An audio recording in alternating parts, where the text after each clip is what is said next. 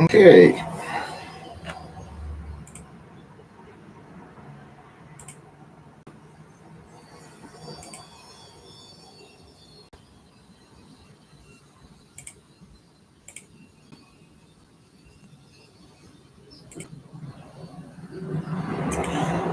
Okay, so let's do this thing. Let me see if I can find the right. I think it's this. Yes.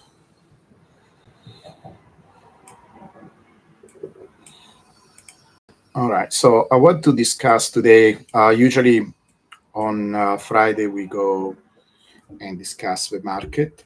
We can do a little bit of that, but the market has not changed much. So it's kind of a little bit. We can look it up very quickly, maybe of a hand. Um, but because it's not given much, I wanted to discuss something else. I want to have this live Friday meeting on a regular basis so people can come and watch and interact together.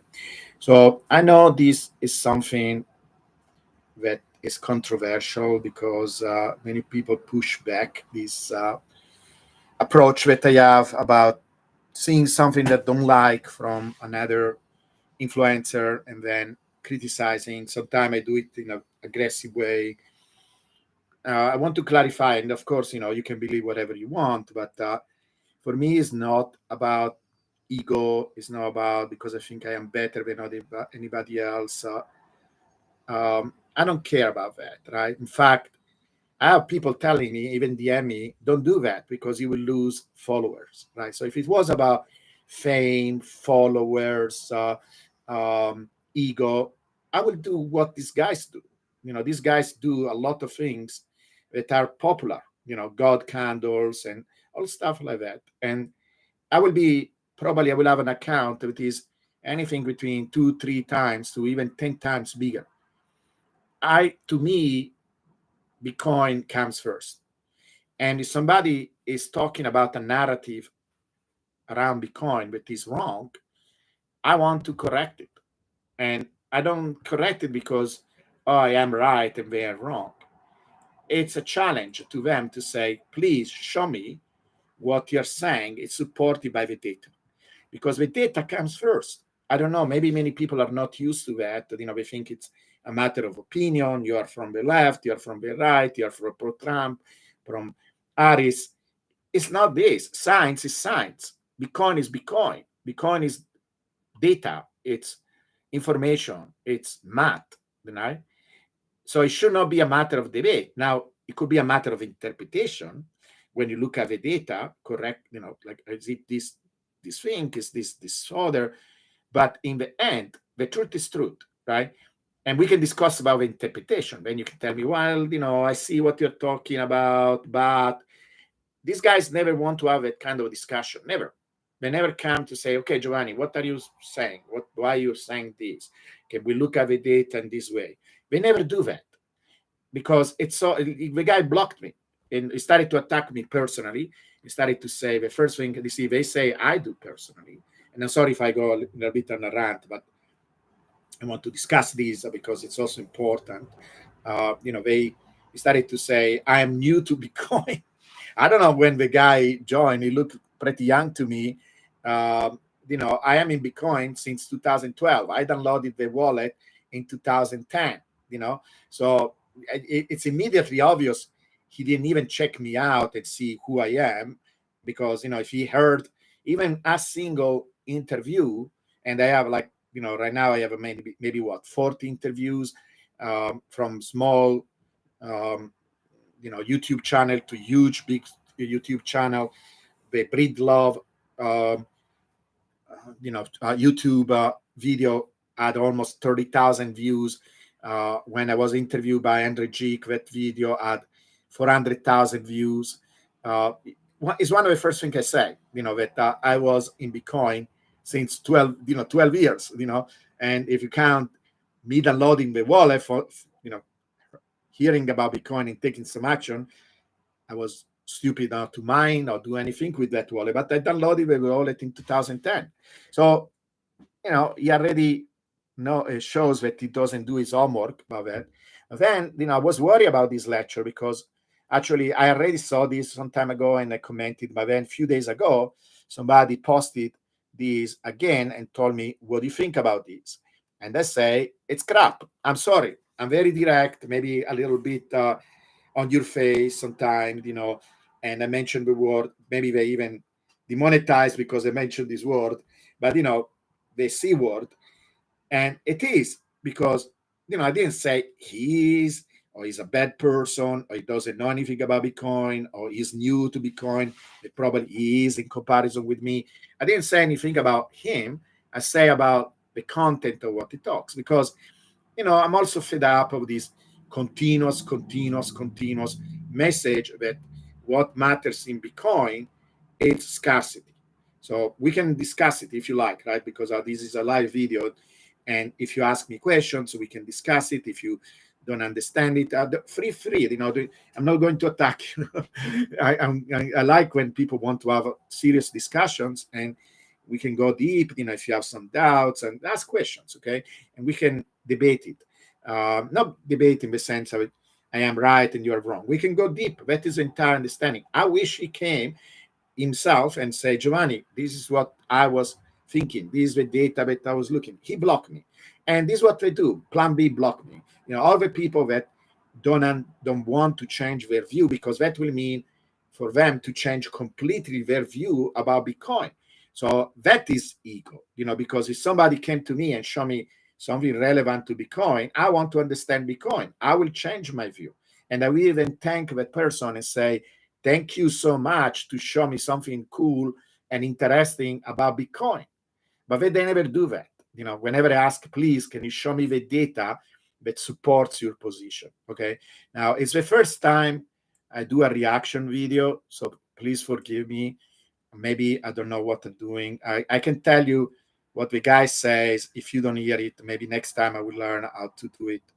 I will have my son how to do reaction video, but I can tell you what he does. First of all, it's cool that there are people that are going to MIT, so I give him a lot of credit for that. But then, why you tell them the wrong story?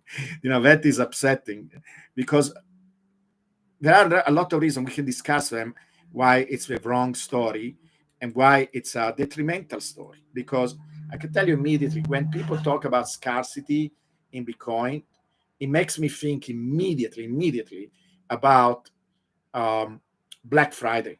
Like people, the Easter of mankind. We are trying to get out of the Easter of mankind, trying to get out of the matrix. And if you think about a big, huge chunk of the history of mankind was about fighting over resources, fighting about things that were scarce. So when people describe this, oh, we are running over out of Bitcoin, we are fighting, there'll be a lot of people fighting over Bitcoin. It's a horrible picture you're depicting. You're depicting what we have done for centuries and century and century, people dying and killing each other. Is that what Bitcoin is about? So you see, it's not just a small little issue. If it was a small little issue, I will not do it. And by the way, here I'm not logging in because he blocked me, so I have to not log in to even see his. I think he posted also on YouTube, but I'm showing what he posted on X. It still works, so this is why it says here I cannot use my X account.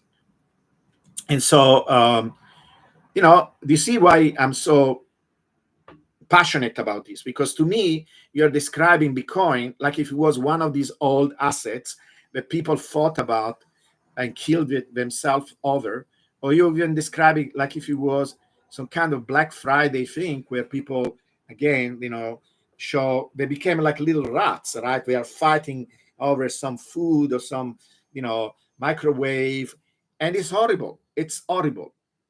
And in fact, is what Bitcoin was.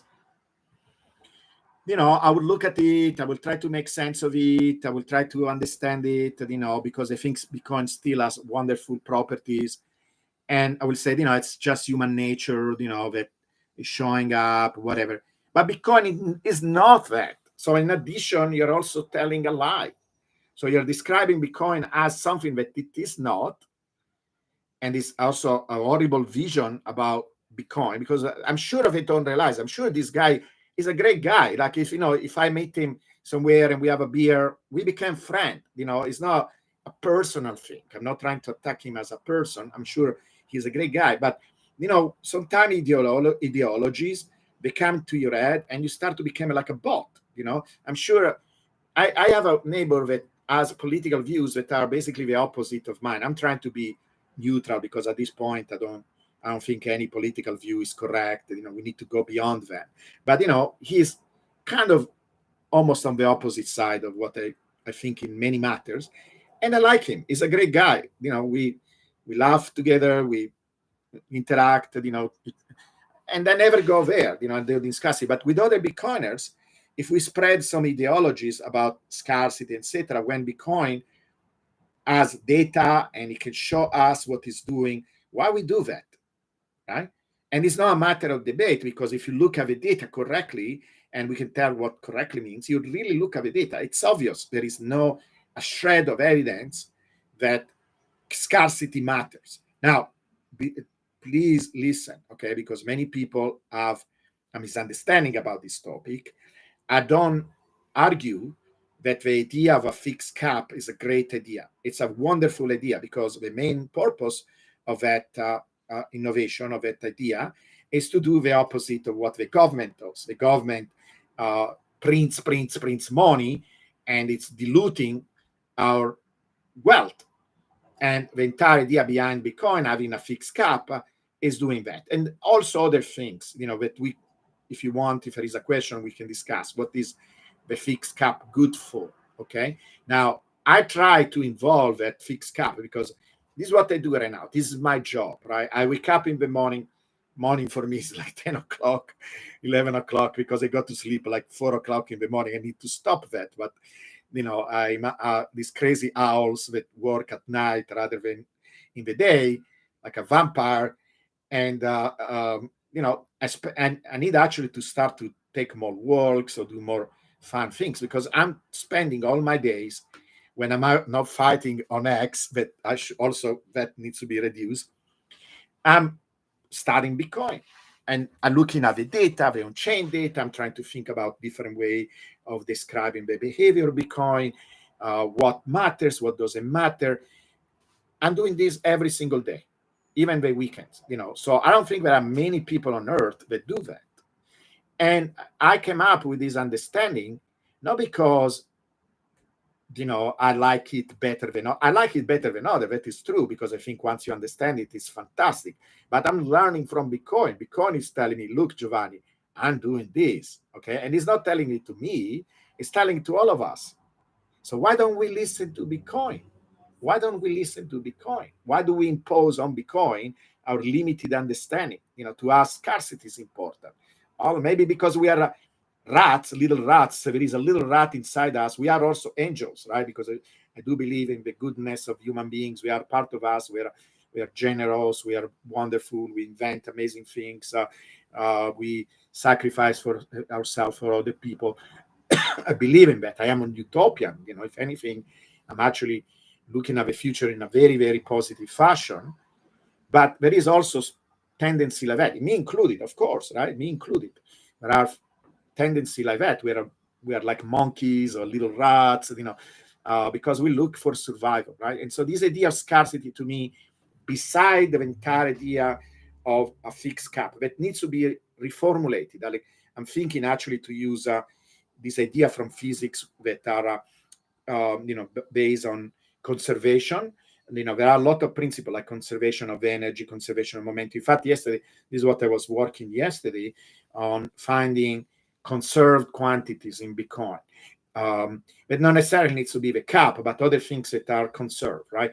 And the cap is conservation of money. So if we can introduce it somewhere and explaining that the behavior of Bitcoin is due to that, it will be great. The only place where I was able to introduce it mathematically is to show that actually, given that we have a fixed cap, anytime somebody buys, right? I don't know if it's kind of very obvious, but many people don't even think about that. Every time somebody buys, or yeah, somebody buy, is because somebody's selling, right? So somebody needs to give away their Bitcoin. It's just natural, right? And what is what happens as a consequence of that? There is more fairness, there is more redistribution, right? If uh, if a small person does it, um, well, another one is coming, and there are more of us anyway. But most of the time, most of the activity, like large changes in Bitcoin amounts, come from the whales, right? And the whales are giving us some of their Bitcoin. So it is good. And that actually makes the system fairer without anybody coming and imposing that on you, right? If it was a communist government or something, right? It happens naturally. So it makes the system fairer over time. Even if there are people like,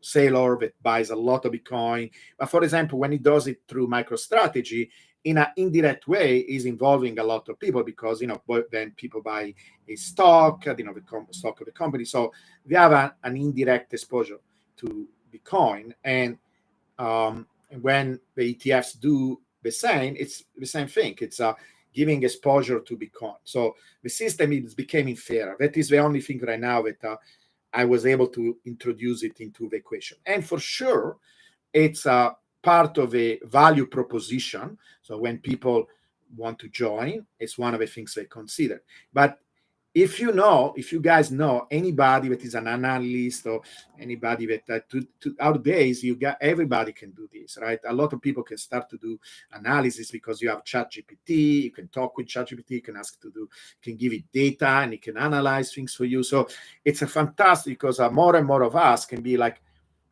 what is called citizen scientist. That you don't have to have a PhD. You don't have to be in a university. You can do research, right? You can start to explore things and understand.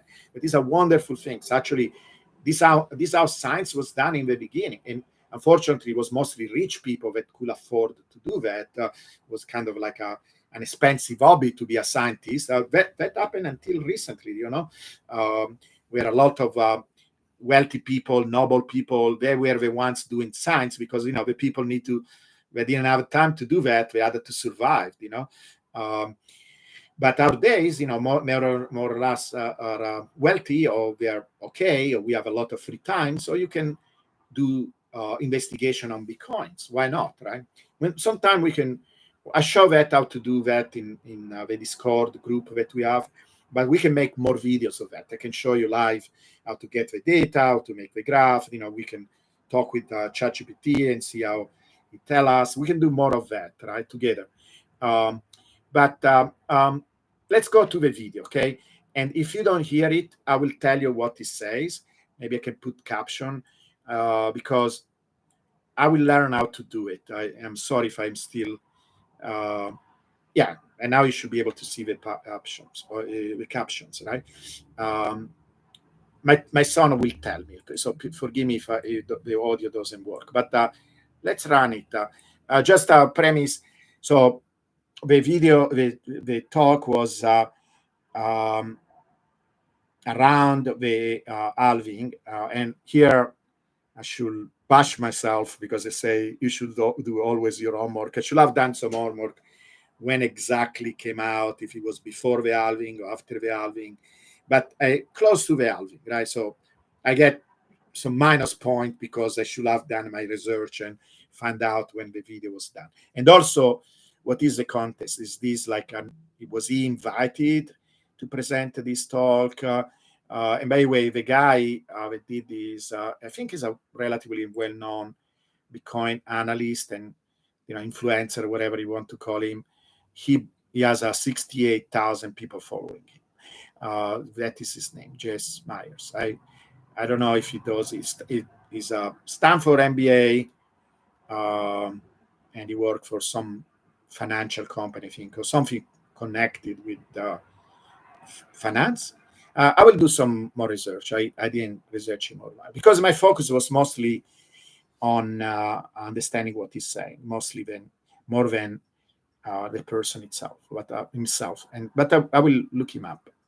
I'm sure he's a fantastic guy, and he's a Bitcoiner, so he's one of us. So this is a little infight family feud, but it's not a feud. I want to talk about ideas. I want to take this as an opportunity to talk about ideas. It's not about people, okay? So he didn't do anything wrong because unfortunately many people get influenced, right, by the wrong ideas. Okay, what is the halving? All right, so yesterday we had the halving. Okay, now we know, right? It says that it was the day after the halving when it is this. This shot shows my flight here of mempool. Probably they, I don't know if it is let's listen. So let's see how close the caption is to what actually says, because sometimes captions don't do very well. And let me know if you can hear it.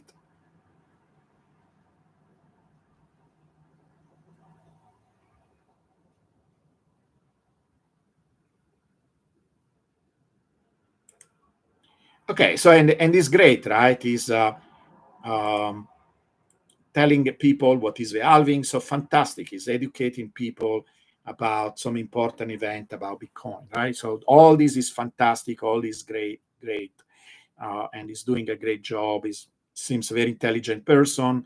He's a good speaker. He dressed fine. He has nice hair, differently from me. Now, can you hear him? Can you hear him? Can you is anybody confirm me that if you can hear him or not? If you can hear the video. Um, no, no, I don't know how to do it. If there is a quick fix, let me know. Otherwise, I will learn how to do it. I don't know if there is any way to do that, but I'm ready. I'm not completely ignorant about technologies, but I never done this particular thing. But I will tell you, right? So he's introducing the halving, and everything is fine, right? Great, very good introduction. But let's go to the important part, right? So he's showing how the halving is happening, but already here you see, and I'm not sure if this, again, it's like a summary of a lecture or this was the entire lecture. Uh, but very quickly, so he, let's go through it. It's not very long. Fifth epoch for Bitcoin. Okay, great.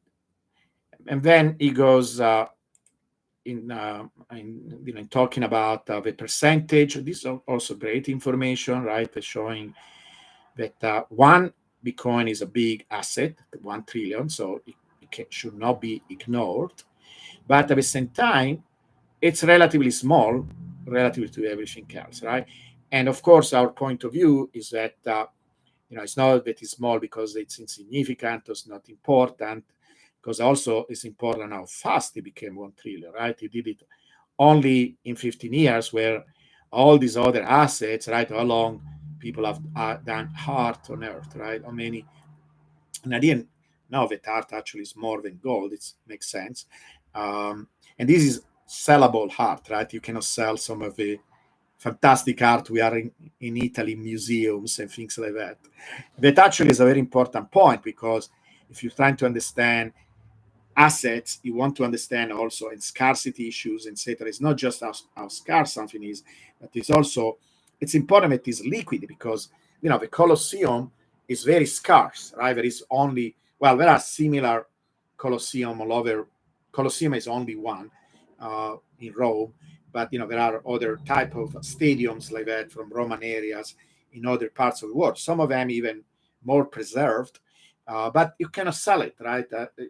So what is the value? Infinite, probably, because it's you cannot substitute it with anything. If we ever lost it, it would be a tragedy, not just for Italy, but for the entire humanity. But is it a good asset? No, it's not a good asset, because you cannot sell it. There was a movie in the 50s where Totò, that is a comic actor, Italian actor, where he tries to sell it to an Italian American guy, not the Colosseum. He's trying to sell the Trevi fountains, which is another incredible treasure, right? My point that, and the guy buys it actually. He buys the Trevi fountain from him. He's a scammer, right? But the point I try to make is, well, scarcity is not the only thing, because you can find a lot of scarce things that because they cannot be sold because of regulations or whatever, or maybe there is not many people can afford it to buy. There is no a huge liquidity, and that is also something important in considering an asset, right? How liquid it is.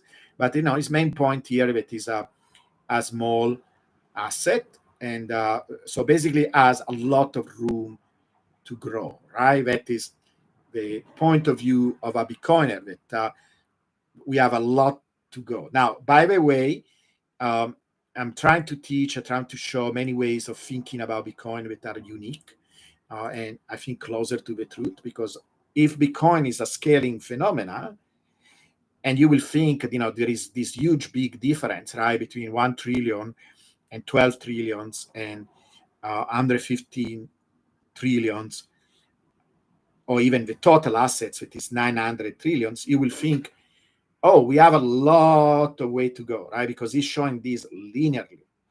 If you're thinking about scales, that is what I think is the secret of Bitcoin, that tell us scarcity has nothing to do, and there are other forces, other energies playing in Bitcoin, inside Bitcoin, that drive Bitcoin, and you start to.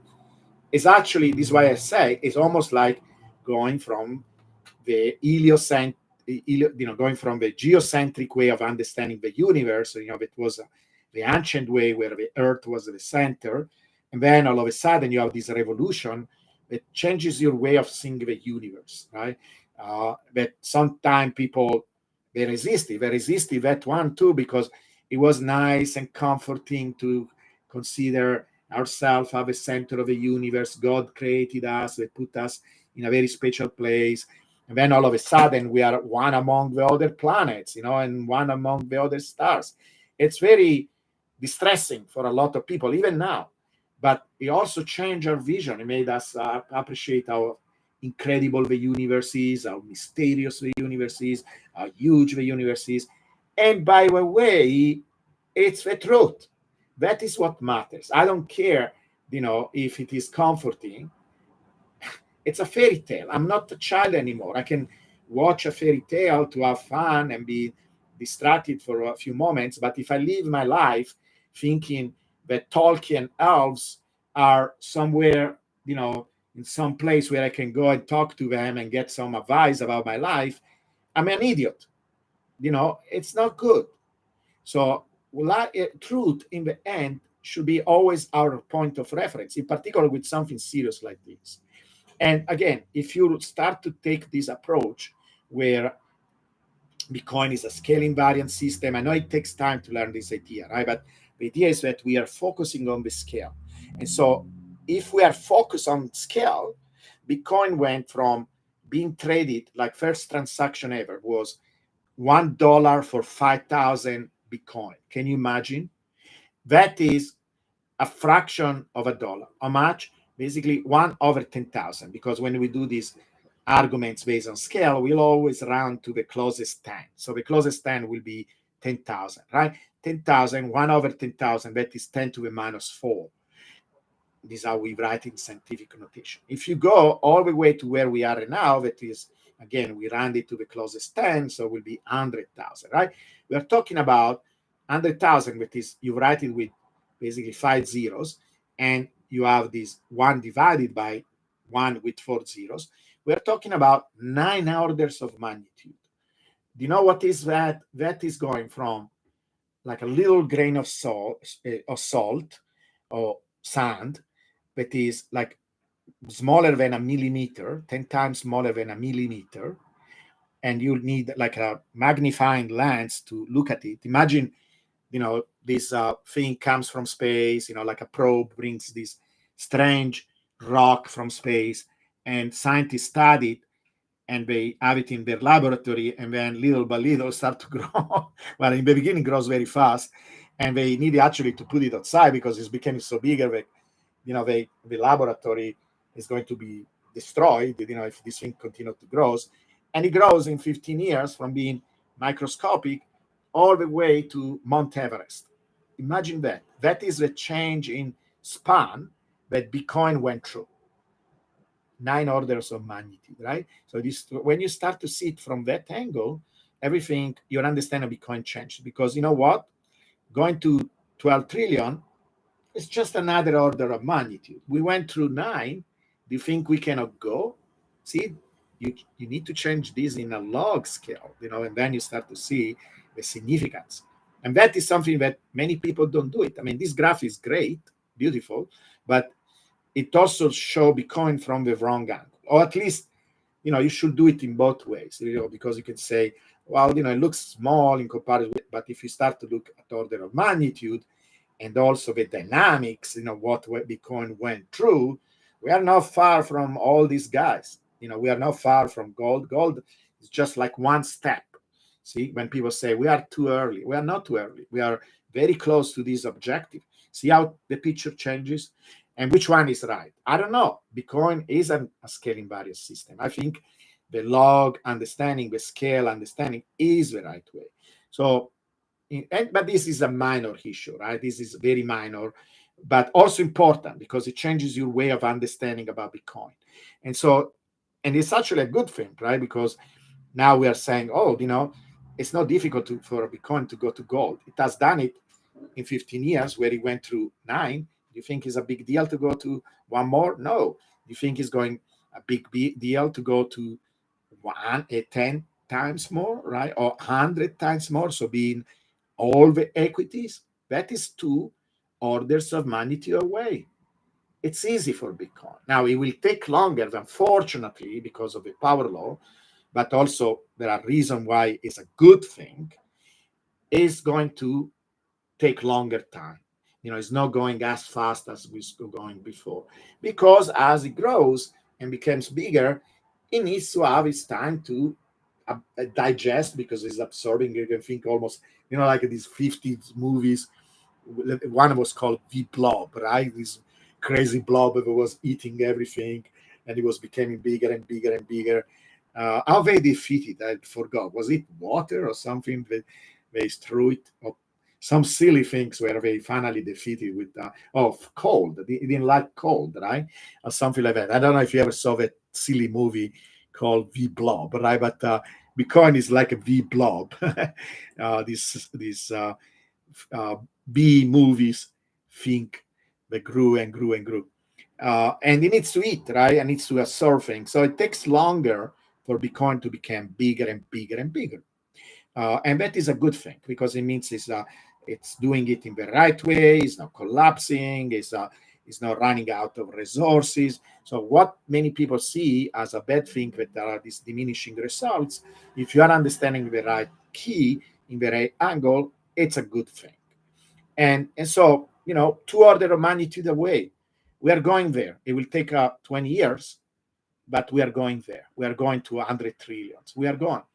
And the power law tell us it's a very steady growth. It's a very predictable growth. And so it's actually a good vision of Bitcoin, because it's based on reality, because the data points in the direction, and is also giving us a very good picture of how it can go there. It's basically, I cannot say guaranteed, because nothing is guaranteed in life, but very, very likely. So it's a very good understanding of what Bitcoin means. Okay.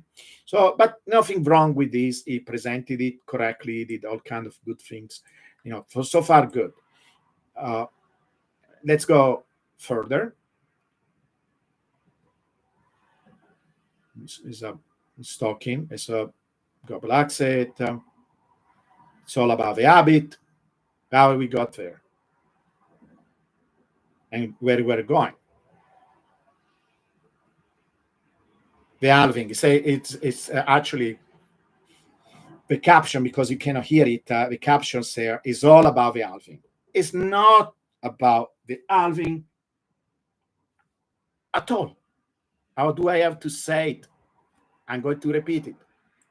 It has nothing to do with the halving. So you're telling people, and you see immediately it goes to increase scarcity. No, wrong. It's wrong. I don't know how to say. The data shows it's wrong. The concept shows it's wrong. The logic shows it's wrong. And it's wrong also in terms of giving a message. Now, if it was true, it's true. Let's understand it. Is how Bitcoin works. Maybe we can still like it, even if it is scarce. Scarce is not good. Scarce, like I say, it's oil. People are fighting over oil. Land, they are fighting over land. It is good, but it is not dilutable. That is fantastic. But it doesn't have anything to do with scarcity. We need some other terminology. Actually, I have been in Bitcoin long enough, and some people say, well, Satoshi mentioned scarcity, or other people, but it was not the emphasis. It was never about, it's, yes, the fixed cap was, but not, it's a scarce asset that, people will fight over it and they want it because it's scarce, etc. You can show me, but even there, it doesn't matter. It doesn't matter what Satoshi thought about Bitcoin, maybe up to a point, because it helps us to think why he created it. But once you create something like this, it belongs to humanity. It doesn't belong to Satoshi. So of course, I love him, I respect him, but if Satoshi say something wrong about Bitcoin, then it doesn't matter. Bitcoin comes first. Bitcoin is its own entity, and whatever Bitcoin does.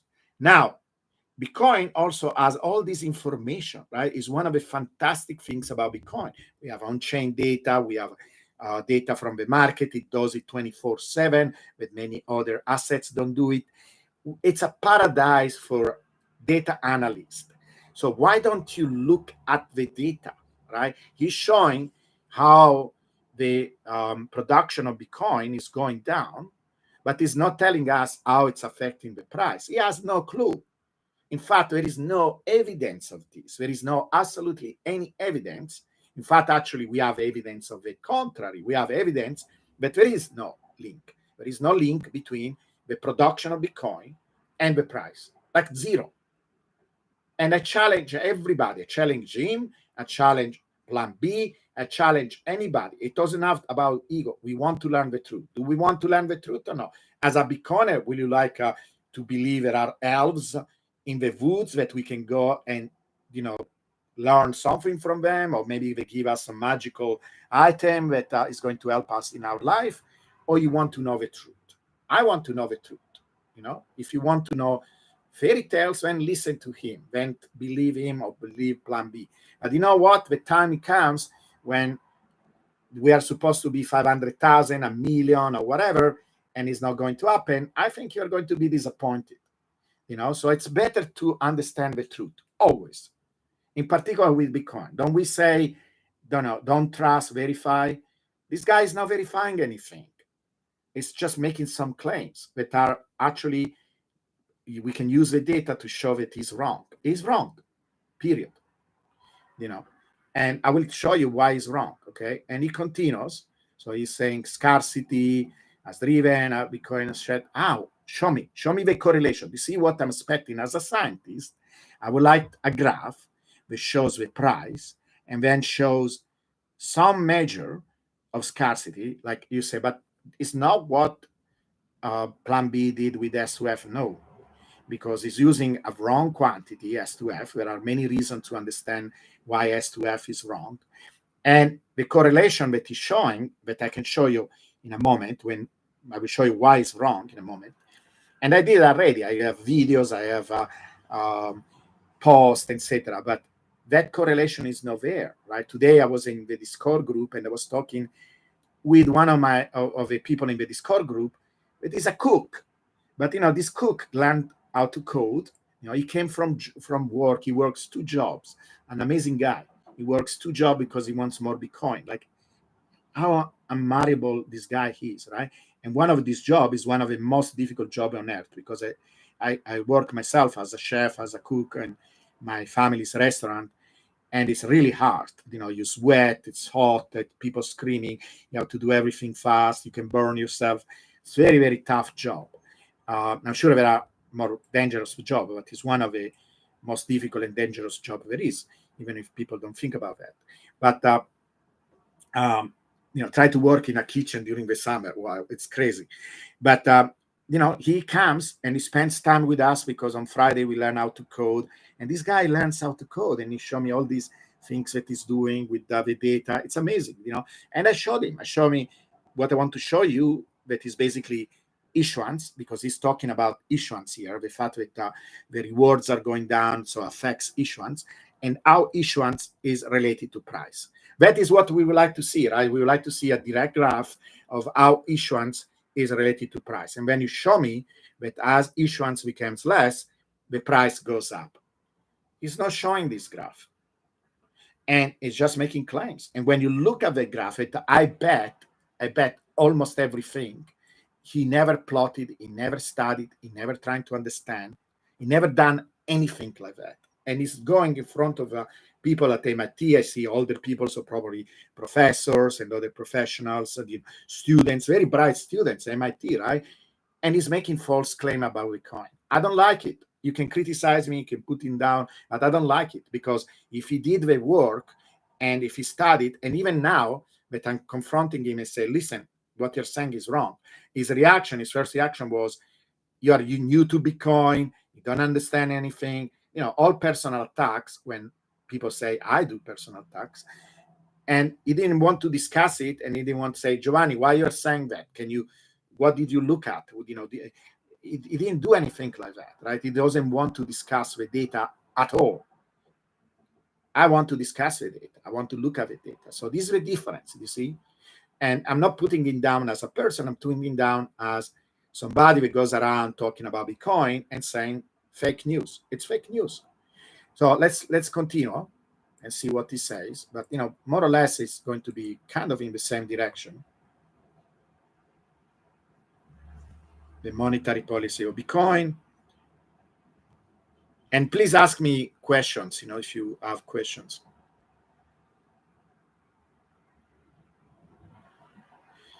Everybody's familiar with this formula, right? Basically, as this number changes, this number is changing. There is no point for me I'm listening to him, but you can read, right, what he says. All this is correct, right, where the number of production goes down. So there is nothing wrong with this.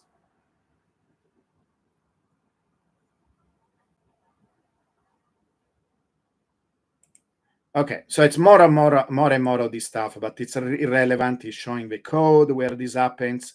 So it's a part of the code. And then it shows the supply, right? So in this graph, what is showing basically is how the production of Bitcoin is going down, right? It's going down like this. It says exponential. And then the supply goes up, right? And eventually the supply is going to reach basically, it's never really going to run out, but it's going to kind of approximate this curve, right? This maximum that is, everybody knows, 21 million, right? But we are already close to that right now. So in a sense, it's almost like we are done. We have all the Bitcoin that we ever have, very close. And any person that is a math, this is why I don't understand this is MIT. Probably people didn't know enough of Bitcoin or didn't want to push back. Everybody could have said to him, but listen, we are almost there. Why do you think it's still relevant, right? Because it's not relevant. It's almost like we have all the Bitcoin that we will ever have. For any physicist or mathematician, that is a constant already. If you have experience with these kind of things, you already know that is not something, this production of Bitcoin, by the time you reach very close to this asymptote, this kind of like a roof, it doesn't matter anymore. It's not going to affect anything at all. So if you're saying that this is what drives the price up, any mathematician or physicist will immediately see that it's bullshit. Like, you are so used to look at data that this is like a second nature reaction. It's imagine something in your job where you do this every single day. Somebody say something like, that door is a little bit too small, right? And you look it up and you see that no, you allow that gap because of the wood is expanding or something that you know why you did it, and it's important, and it's something that other people don't know. And then somebody comes and makes a comment that doesn't make any sense, right? All of us probably have something like that in our working experience, where you know so well why you're doing things or why things are in a certain way, that if somebody that has no clue comes and says something, you immediately spot it, like somebody that is doesn't know what he's talking about. And to me, that is this, right? He doesn't know what he's talking about, because yes, all this is true, but immediately you realize that there is no way for this change. Maybe in the beginning it will have made a difference, right? But right now it will not make a difference. So even if it was true in the past, and it's not, because we can show that even in the past, these had nothing to do with the price. None of these had to do with the price at all. For sure, by the time you arrive here, it has even less to do. And so it immediately destroys the argument just by looking at this graph. He doesn't realize what the graph is actually saying, because I don't know. He's not trained. He doesn't understand. He's an MBA. He's an MBA. He's not a data analyst. The MBAs don't do math. They are not good at math. He's an MBA. I'm sorry. And it could be that even the cook can be this amazing scientist if he does it correctly and if he spends the time. But given his background and given what he's saying, you can put it together and say the guy doesn't know data. He doesn't understand data. So he continues. He's talking about this. See, we are experiencing increase of scarcity of new supply. We are experiencing increasing scarcity of new supply. And then and so what? Yes, there is less production. And then what? How that is related to price? You have anything to show from the data that we have that actually the two are connected? No, because I did look at the data and they are not connected. Absolutely not. I will show you the data in a moment so we can discuss it. The orange bar shows, and so it doesn't show. Okay, right. So it's continuing the same thing. So that is what I notice. That is what I notice. And then I'm just skipping through, right? Because then it goes to show this theoretical curve. It probably learned in school, being an MBA.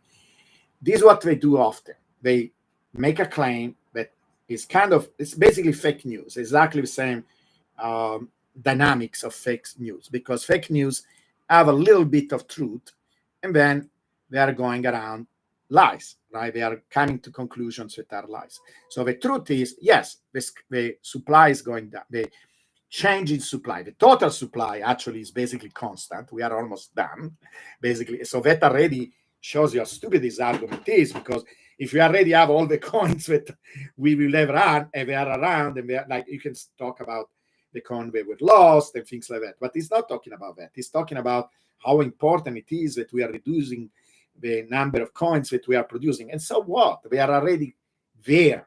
People can trade them. So it doesn't matter. It's not going to change anything. But, right, he's trying to discuss things that, according to his mind and his ideology, are going to affect the price, all based on a story. So he's making a story up, and he's not showing any data, because even these graphs are theoretical graphs, very simple graph that explain how supplies and price happen. But when you're talking about apples, when you're talking about maybe even oil or other things like that, but they don't apply to Bitcoin for many different reasons. And in particular, I can make a story, I can explain you why, etc. But as a scientist, I always go to the data. The data comes first, because the data is going to tell you is there a relationship between the change in production of Bitcoin and price? Because this is what this guy is claiming, but it's not. Okay. And I know I will leave it as in the end, because I want to show you the evidence, because he's not talking about any evidence. He's making these silly models, basically trying to say the supply is fixed. So if a demand increases and the supply is fixed, what could happen? The price can just go up. But that is not what happens with Bitcoin. But first of all,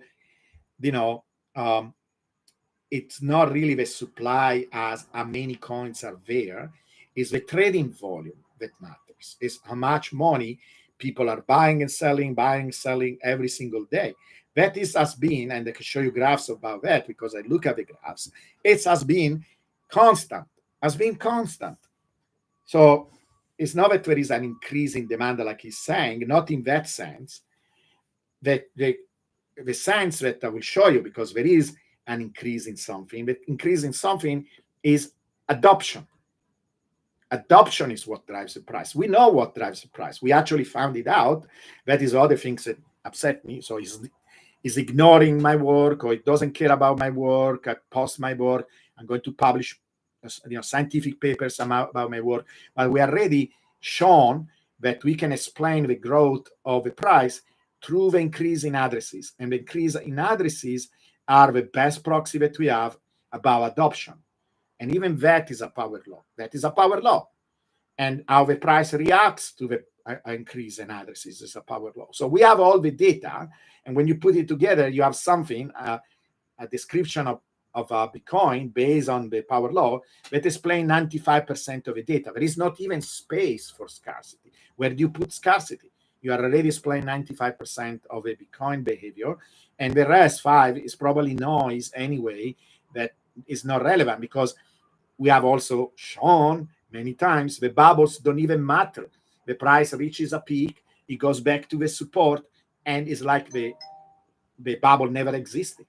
So even if he was able to show that for some reason this thing of reducing the production of Bitcoin produces the bubble don't matter. And you can show it in many different ways. You can take moving average of Bitcoin price over 4 years. The bubbles almost disappear.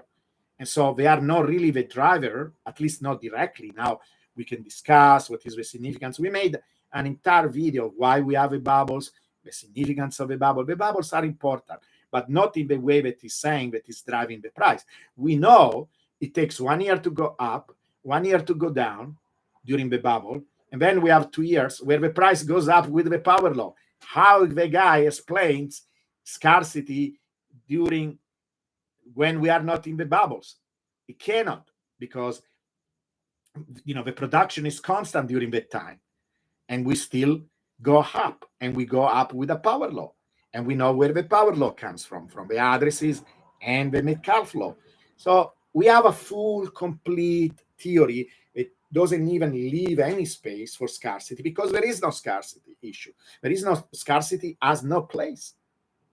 So I don't know how these people can continue and go to talk, because there is nobody pushing them back. Because yes, there are people publishing papers on Bitcoin, but there is still kind of a niche kind of thing, because this is what we do in science. We push back if somebody says some lies. Imagine somebody going around and having lecture about explaining how the Earth is the center of the universe and the planets are going around it. MIT will laugh at him, will never allow him to do a talk like that. But because it's Bitcoin and many Bitcoin doesn't know, many people that are not Bitcoiners don't know, he tells these wrong things about Bitcoin. They are wrong. They are just wrong. And it's not a matter of opinion. Maybe it's like this, maybe it's like that. The data tell us very clearly, in not one way, in 10 different ways. So I'm sorry if I make a big deal about this, but I don't know anybody else. And it's not that he's attacking my theories, putting it down. He's not even mentioning. To me, it's important that people, because I'm doing this job, I'm doing 2 jobs, right? I'm exploring Bitcoin and trying to find out the truth about Bitcoin, but also I'm communicating to people what Bitcoin is doing. And if somebody's saying something wrong, and maybe the people like it more because it's more bullish or whatever, or it's a simple story to say, well, I do want to correct the record. I'm sorry, even if it is unpopular, is what I'm doing. So let's move on and try to listen. But basically, he's explaining the usual thing. Now, why Bitcoin doesn't follow these. Now, it's not even that it doesn't follow these ever, right? On a small scale, sure, there is more, when the price goes up, when there are more buyers and sellers, but it's all local. It's all local. It explains the dynamic day by day, how the price goes up, down on a daily basis. But the general trend the general behavior of Bitcoin is not explained by this. It doesn't. It's not. And you can argue with me, you can tell me all kind of things. You see, when the data, it doesn't matter what the theory is. First of all, this theory of these kind of things, these graphs, it's economists that do this. It's not physics. So when we say the law of supply demand, there is not such a law. It's some kind of hand-waving argument about how supply and demand work together, in very special situation, or not special situation, in certain given situation where they're talking about apples in a market. But even there, it doesn't really work like that, because, there are prices that are fixed, it's much more complicated. It's like a little toy model to kind of, for the students, to kind of understand a little bit these topics, but it's not really how the real market works. And it doesn't work with Bitcoin, because Bitcoin is going up. That is what we learned from the power law, because more and more people adopt it.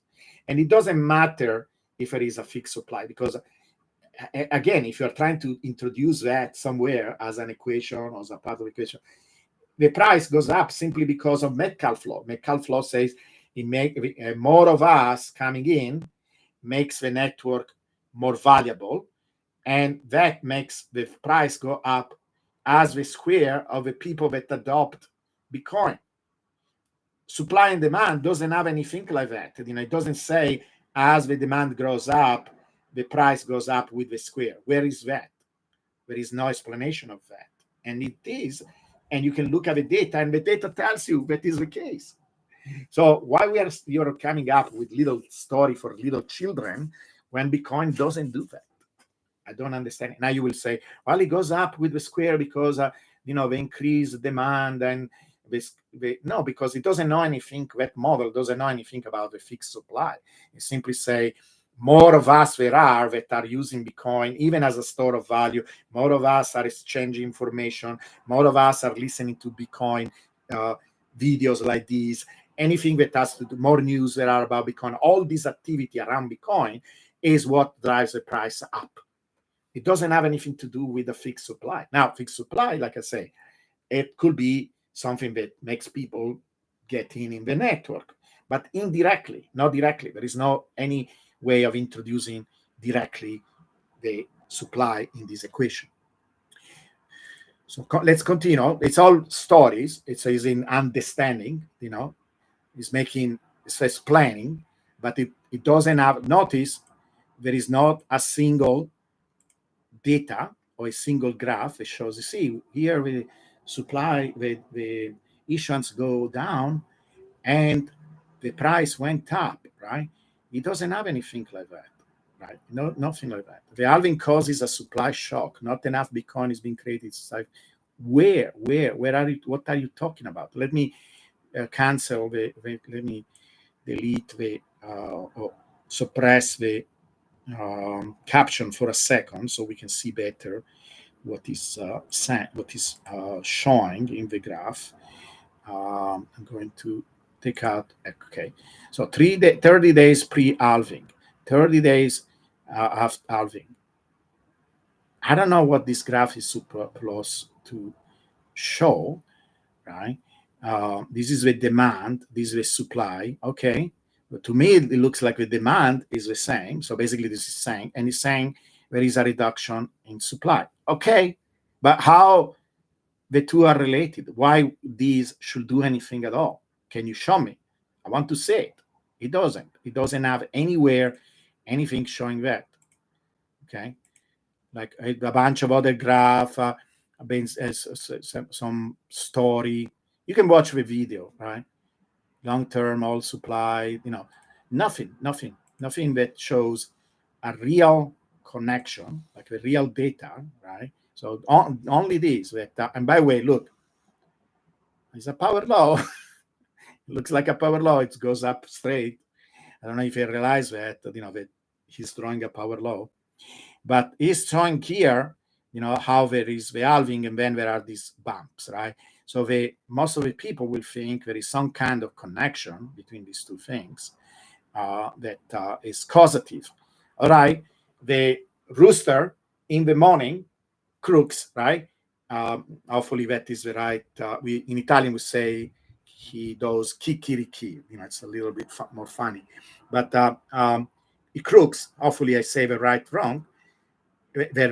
word, and the sun goes up. Is the rooster creating?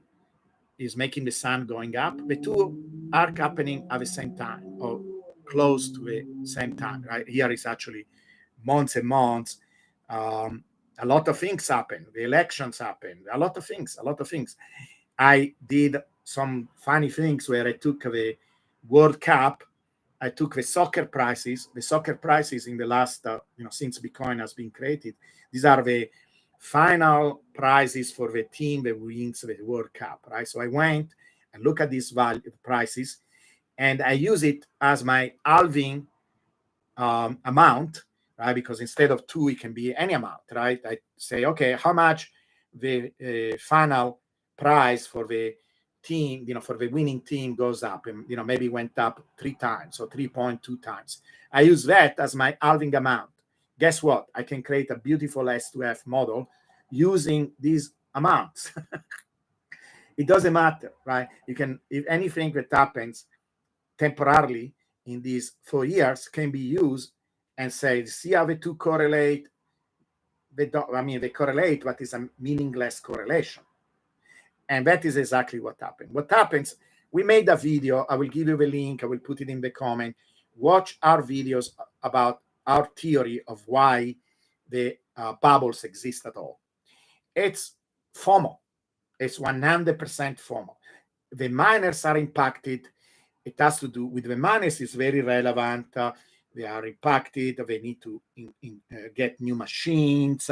They need to increase the halving. There are a lot of things because it has to do with the Morse law, that they need to keep up with the technology, because otherwise the halving will kill them. I always thought, before understanding these things, why Satoshi made it hard for the miner, because it's a good thing in terms of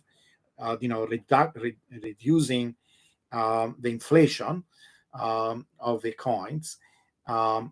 He could have produced them all at once, right?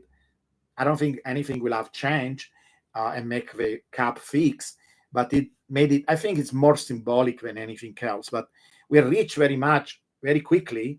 In a few years, we reach the cap, right? We almost reach the total amount, and we don't see any change in behavior due to this process. But the halving itself is very punitive to the miners, because it's a really difficult business. They work on the edge of profitability, and now you punish them by reducing by 2 the production. What is going on there? I always thought that this is not going to work for the miners, and then I realized the machines became more and more efficient because of Moore's law. Moore's law says that the efficiency of computers, of chips, doubles every 2 years. And if you go, I explained that in the video, in my Medium article. I wrote a Medium article about this. It turns out that everything works perfectly where it is neither punishing, neither giving them an advantage because of the Moore's law. Basically, it's a mechanism where they get the same rewards over time. It is great because it keeps the system balanced, so they cannot take advantage of this new technology to mine more and more coins, and at the same time they don't get punished. The halving is there to keep everything in balance, but that doesn't cause a supply shock because the market doesn't really care. The quantity of coins that is produced, it's on the order of 100 some time ago. Now it's almost 1,000 times smaller than the entire volume. How many Bitcoins are moved around every single day? Do you think that it will care? The market will care, even if you say there was a build up, right? Like when you don't go to sleep and you feel more and more tired. So there is a build up of lack of coins because there are not these coins dumped in the market. First of all, the market compensates for things like this because if the price goes up anyway, there'll be more people selling, so you get immediately compensated for that. And second, it's such a minute amount that it cannot really influence, because it will take thousands and thousands of days to even have an impact at all. And every cycle anyway is only what 365 times 4 is not going to impact. It's not going. The market doesn't care. It cares about how much volume there is day by day. So it is thousands of times bigger than these coins that are produced by mining. So even logically, it doesn't make any sense. Okay. And anyway, it should make even less and less sense as we go on, because that amount now it's even smaller, and we are anyway close to full supply. So there are plenty. The bottom line is there are plenty of Bitcoin exchange every single day, and this is a good thing because the market needs to be liquid. Right? Remember the Colosseum example. If you don't have a liquid market, your asset could be worth an infinite amount of money, but it's worthless because you cannot sell it, you cannot buy it. You want that liquidity. So basically, relentless in the future because of this halving, etc. It's all garbage. And I'm sorry to be so strong. It's all pure, unadulterated garbage, and it gives the wrong message about Bitcoin. It's based on misunderstanding Bitcoin. You're telling people you are an expert in Bitcoin when you don't understand how Bitcoin works, what is its essence. So it's all wrong. And I'm sorry to be so strong, but I should not even apologize, right? People should praise me to say, Giovanni, you're doing a good job in putting down this false narrative about Bitcoin. And I don't care. Like at a certain point, he called it cowardly. So he actually made he made a comment where he linked, he tagged all, he called them the halving aficionados. I had Adam Beck, right? Adam Beck, and again, hopefully he doesn't block me, but Adam Beck is great, right? Because I will never go to him and started to challenge him on his understanding of cryptography. He's an amazing guy, and he has a lot of proof of work showing all the work he did in the field, right? He was one of the first people communicating with Satoshi, etc. I would never go in that area, but actually I don't know much. I want to learn more. I want to study and learn it more, and tell him that he's wrong on some topic about that argument. But one day he was saying, if I had to choose between the power law and S2F, I will choose S2F. The guy never looked at the data. The guy never studied. Is doing that. He comes to my field where I have much more experience and much more understanding that he does. Because if he says something like that, it means he doesn't understand data. But I was trying, but because out of respect and because I thought, this is guy that Satoshi talked with and respected him and so on, I was trying to be as polite as possible, and then I showed him my arguments, etc. He completely ignored it, and he says similar things to this, right? That it was a build-up of lack of Bitcoin. It is a completely ridiculous argument. It doesn't work like that, and you can show it through the data. And in the end, it basically, he didn't even care about, because I tried to say, look, follow this pattern, blah, blah, blah, all the things that you're in. But his final sentence was, but the power law doesn't make a nice, marketable story. And if somebody says like that, I'm sorry, I'm losing a lot of respect, because it's not about marketable stories. It should be about the truth. Now, we can take something like the power law and make it into a marketable story. I would like somebody to do that, because I think it will be a very powerful orange pilling, because even if you don't show them this crazy jump in S2F, etc., it's still a pattern that within a relatively short amount of time is going to bring us to 10 million, 100 million, and 10 trillions, 100 trillions market caps, but in a scientific, validated way, and something that makes sense because of scaling variance. And scaling variance, people still don't get it. Please study scaling variance. Please study scaling variance. Please read this book that I'm telling you to read all the time, Scale by Jeffrey West. I can show you a link to that book. It's teaching you about the importance of scale everywhere in the universe. And once you understand scale, you understand how powerful it is, because once something is scale invariant, it wants to be scale invariant. It's going to be scale invariant. Okay. And so it's very difficult for that system both to be changed downwards, so it resisted to crisis, is resisting to banning and all kind of bad things that uh, Bitcoin went through, even black swan events like the COVID crisis, and also is going to resist things that push it up when it should not be pushed up. Because if you push it to up like a gold candle, etc., what do you think it is going to happen to the gold candle? It's going to crash like crazy because people will start to short it, and a lot of people will get hurt. So I don't understand why they push these things. And you can call me, autistic, or whatever you want to call me. I want the truth about Bitcoin. Okay, so let me show you, and maybe we can stop in 15-20 minutes, but let me stop this with sharing of this particular uh, video, because there is not much more in it, right? It's basically the same stuff over and over again that we heard so many times.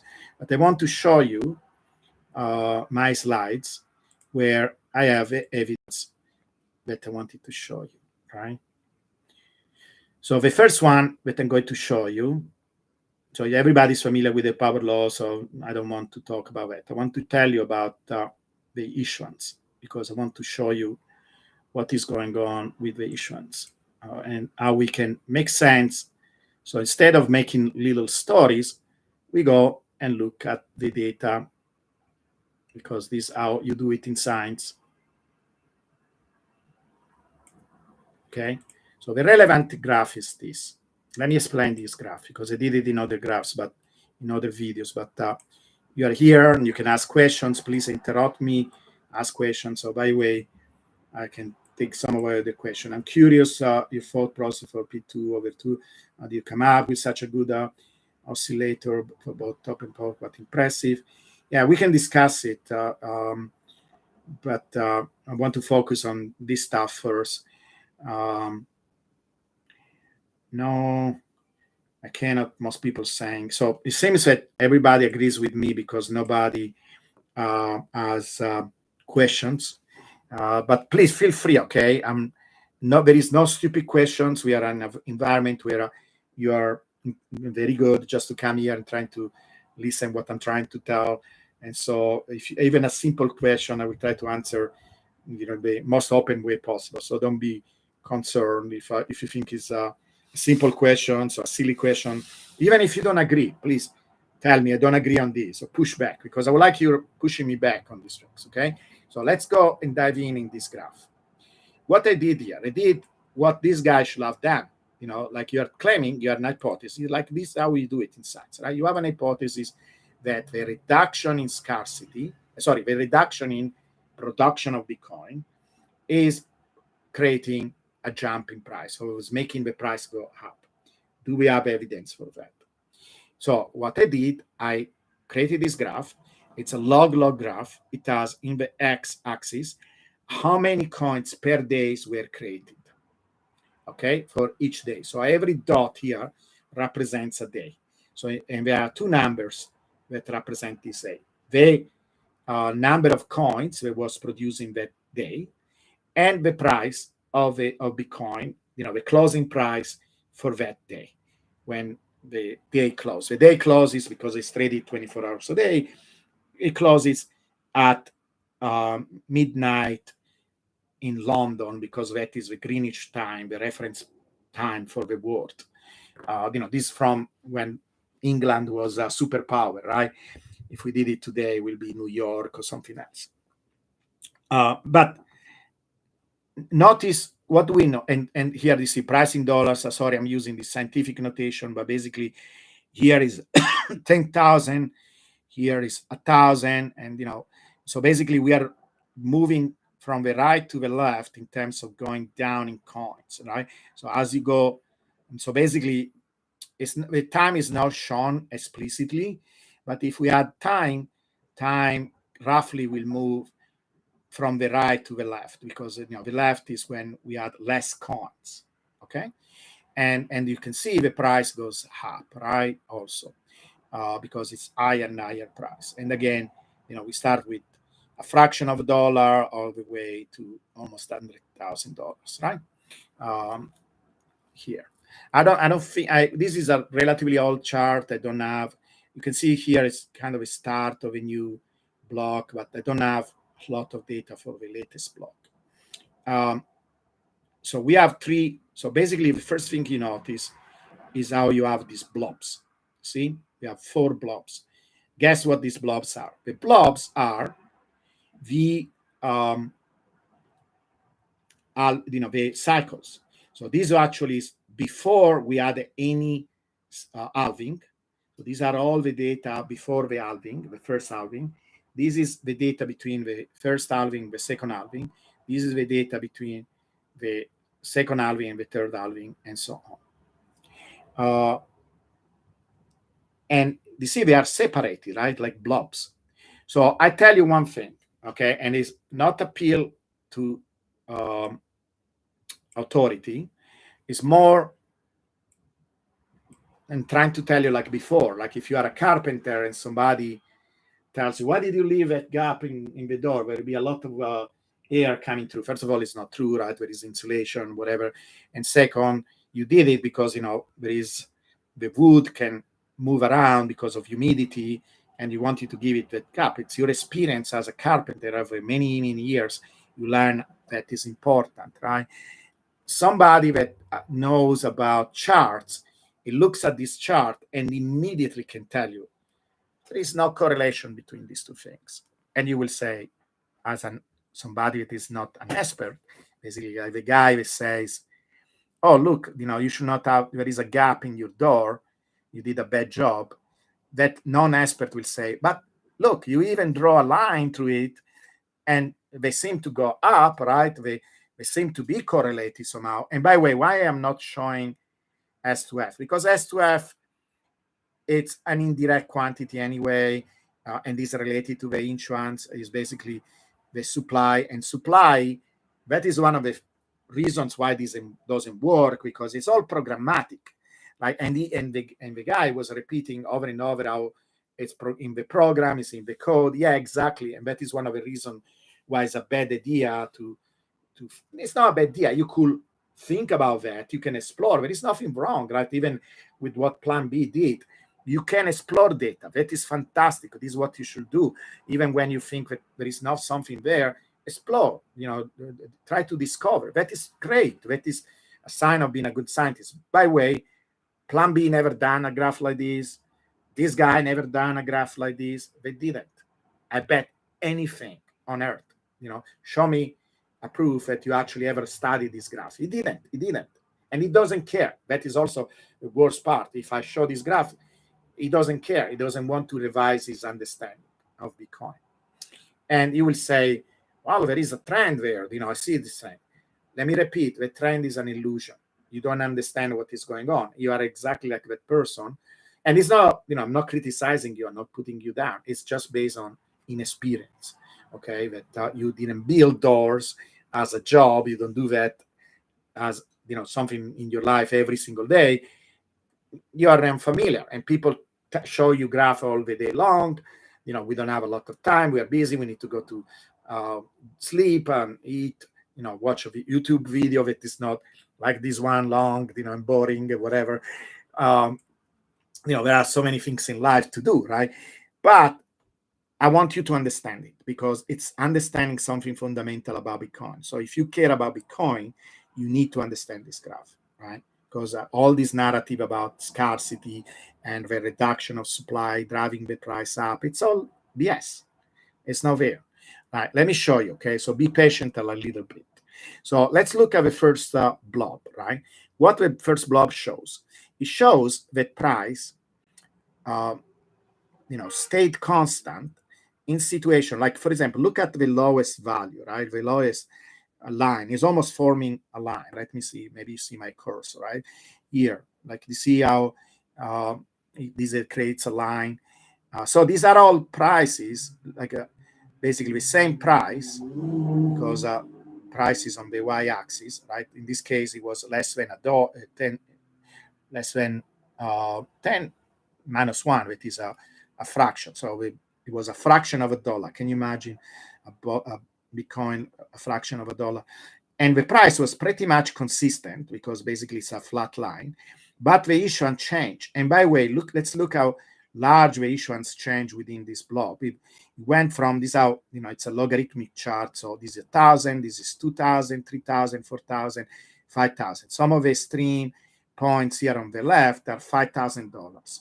Some of the points here, because this is 10,000, are almost $20,000. So there was a change within that period of time before the halving. So there was no halving at all, where the production of Bitcoin on a particular day changed by a factor, between 20,000 and 5,000, almost four, basically four, right?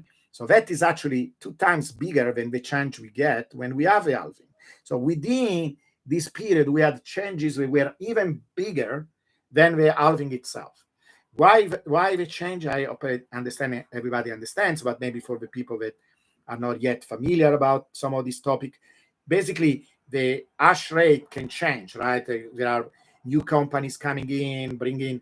In that time, actually, some of that time was not even companies, was mostly individual mining on their computer. They made mining rigs, using GPOs, and some of the first ASIC came out, the specialized machine that trade that mine Bitcoin, where we have specialized chips to do only that, and so they can be very efficient. All that was happening during these years before the first halving, that happened. And you can see there was an incredible variation, because as the hash rate was coming in, basically the code allowed, every we are supposed to mine a block every 10 minutes, but it depends on the halving, on the hash rate coming in. In fact, it's variable. This amount of time can change. So if you had a day where the average time to produce a Bitcoin was like 6 minutes instead of being 10, you will have a lot of these blocks, and so you're going to mine a lot of block, and then you multiply by the reward. The reward was about 50 coins per block. So when you see 10,000, for example, is basically the number of blocks that were mined that day times the reward, and that was the total amount of Bitcoin mined. And within that years, there was such a variability that you went from one place to another. I did an animation of this graph where I show all the dots day by day, and I show how they grow. Basically, you see every day. I don't know if I can show you this video, but you can find it in my videos in this channel. And I mark red as we go through them, right? And then I leave them there so you can see the pattern that basically this quantity does as you go through time, right? And what you will see, let me describe what you will see if I showed you the video. You will see the dots moving back and forth, because what happens? The price goes up, and there was no halving there. How did it go up? Adoption. It follows the power law. It followed the power law from the beginning. So, of course, the price is going up. It doesn't care at all about how many Bitcoins are created, because if a price is the same for a huge difference in issuance, factor of 4, it means it doesn't care. It really doesn't care. It doesn't care about how many coins you are producing. The price is the price, and the price has only to do with one thing, that is adoption and the growth of the network. It's a network effect. And that is, anybody with a small understanding of math and physics and data analysis will already look at this graph immediately and say, yeah, you're right. Absolutely. There is no correlation between the two. For sure, there is no correlation in between. And then I will ask these people that says that there are intertwined, or there is some relationship between, and probably they will come up with excuses. They will say, well, I don't know which excuse, because how can you explain that the price still goes up anyway? We didn't even have halving. Well, maybe they are anticipating the scars. It's ridiculous. It's like somebody that says the end of the world is up. Have you ever seen these guys who say, hey, in this particular date will be the end of the world? When the end of the world doesn't happen, and some people kill themselves, or do crazy things because of this prophecy, and they sell all their goods. A lot of people get damaged, and then it doesn't happen, and they still come up with some excuse, like whatever, whatever excuse they come up with.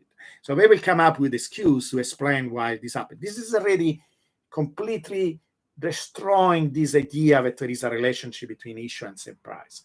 There is not. You can see the price is doing this up and down, up and down, up and down. There is no correlation, and it still grows up through the power law.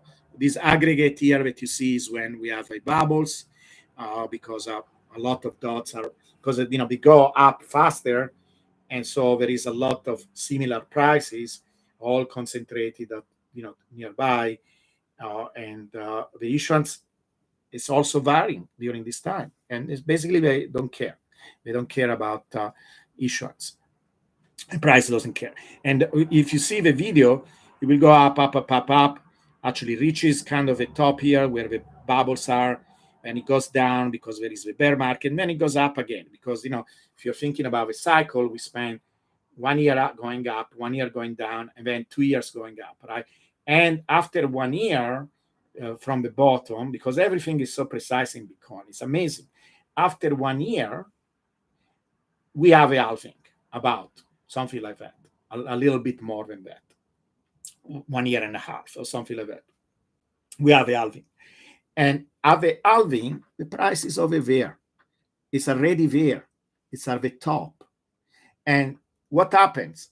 All of a sudden, the reward gets cut in half. So what happens to the issuance? It shifts. It shifts to the left by a factor of 2. And the price follows because it's already there. It went there by itself, all by itself. It's not the shift that makes the price. You see actually how the price continues here. Like there is this line is perfectly aligned with this line here, because the price, what else should it go? It goes where it was already before. It was already there.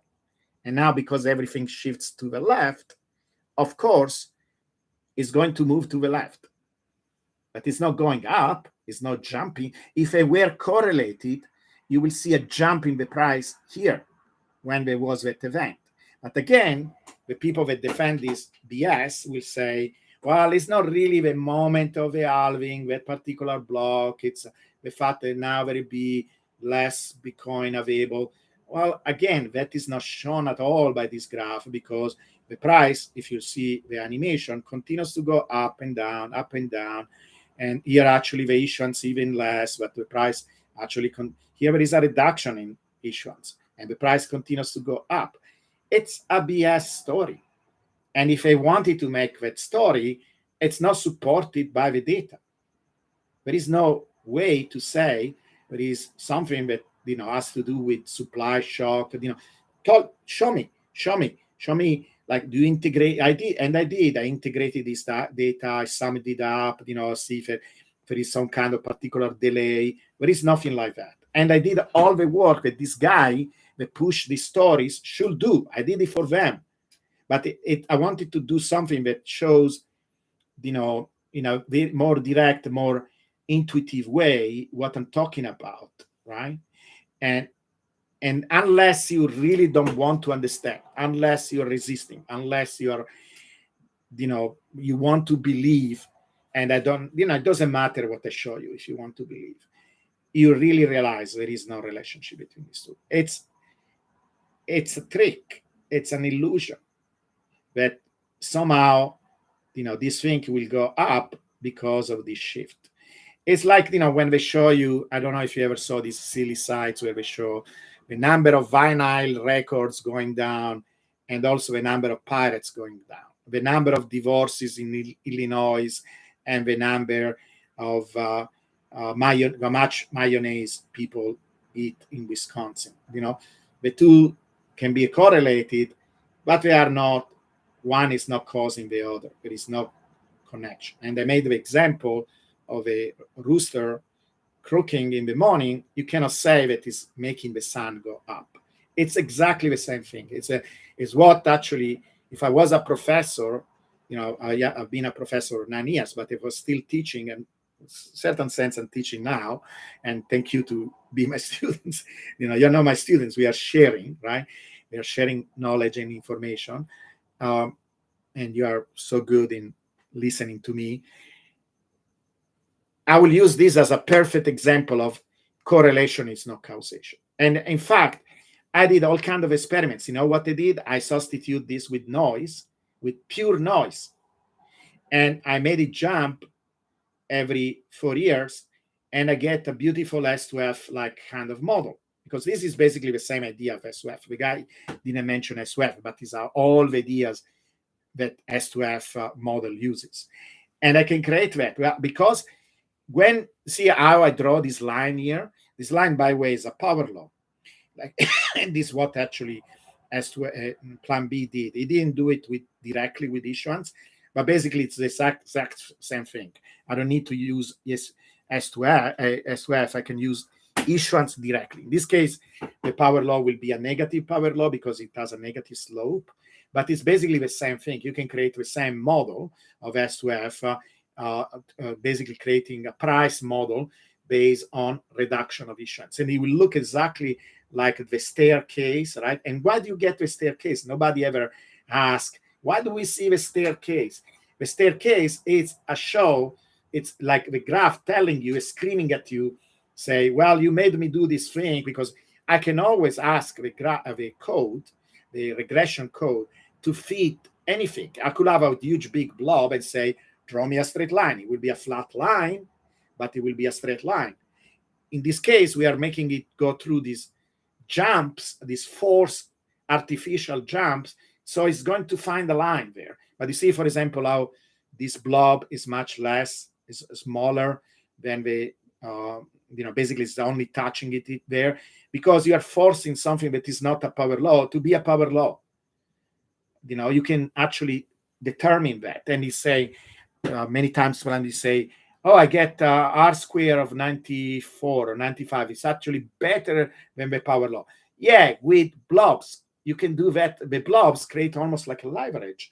Again, something that unless you have studied these things, unless you work on with these things, unless you have experience, you will not know. It's very easy. I even demonstrated. Like, imagine I put this blob over there. The R square will be crazy because the graph will want to connect that dot over there, or I make the blob separated even more. And I did all kind of things like that. You get crazy R square because the regression tries to find that model and will look like a wonderful straight line. What is the best straight line that you can have? 2 points, right? Get 2 points that are not correlated, because any 2 points, it could be any random things that are 2 points. There will be always a straight line between there, but it's meaningless, right? It's a meaningless straight line, because I could take the size of an elephant and many pigs that are in a farm, and then there is a straight line between the two. 2 points, there is always a straight line, right? And the R square will be basically 1, because there is no noise, right? It's just connected.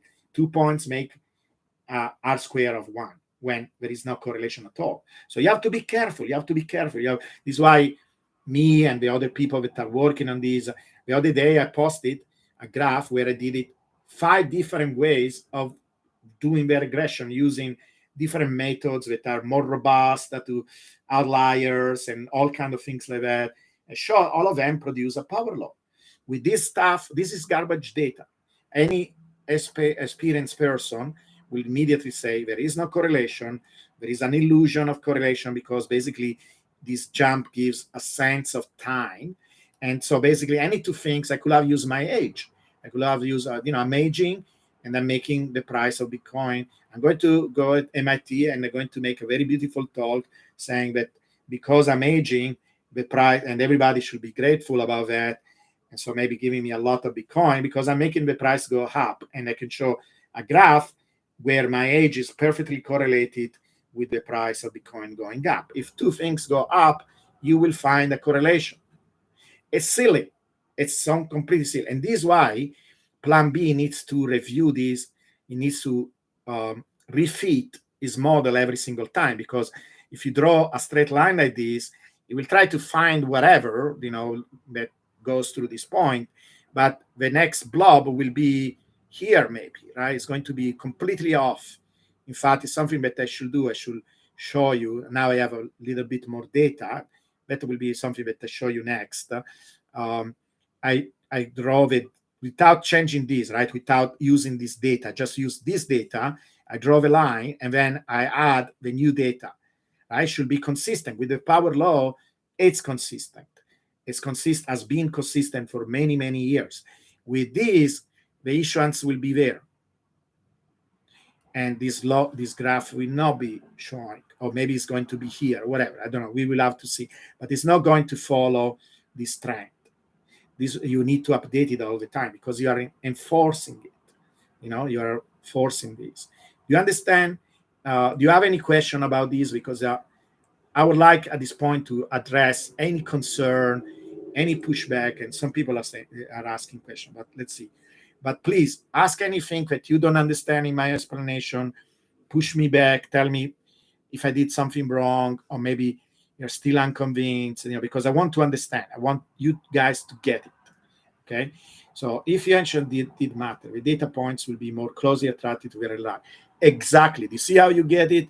In fact, I don't know if I have it here, but I did post it on my X. I show an example. I produced some fake data and made it correlate, because these are some of the things we do as scientists. We create fake data and then I say, hey, correlated, because maybe I introduce price sneakingly. I say, hey, take this noise and multiply by the price with this factor, right? And so I, by force, introduce this correlation. It's one of the way that you learn. You see what will happen if it was a real correlation. You will see, instead of seeing these blobs, you will see oval shape dots. The dots will be much closer, much more collimated with the line. And you don't see that. That is already a sign. And this little story that it takes time, is not true, because even in that case, what you will see? You will see nothing, and then you will see the data starting to collimate more and more and more, with the price, and you don't see that. It's still a blob. So no. The data is so clear. We have a beautiful data from Bitcoin. Why don't we listen to Bitcoin? Bitcoin is telling us, I don't care. That is not what drives me. It's not what drives me. I will show you in a moment what drives me, and you will see how striking the evidence is about what drives Bitcoin. It's not this. So don't go to MIT and talk about lies, or any place else, because I don't want this guy representing Bitcoin. I'm sorry, that is telling to possible candidate for orange peeling lies about Bitcoin. We should be. It's not about marketable stories.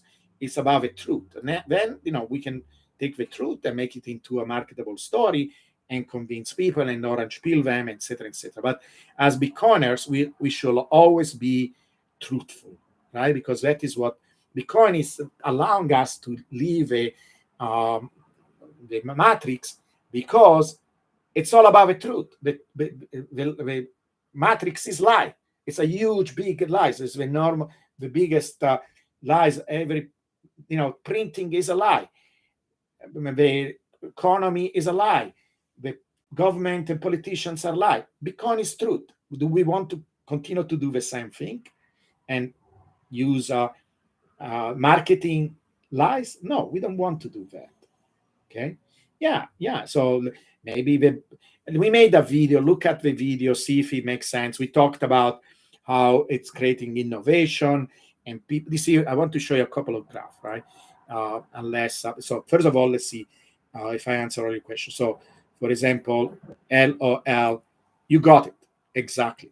Now there will be some zigzagging, but because it says it will be attracted to the red line. Exactly. You see how you got it? You got it, because if you are a reasoning person, you start to put things together and you arrive to this conclusion. You see the beauty of science, how it is. That it doesn't, if you do step by step. There was a fantastic teacher, it's called Feynman.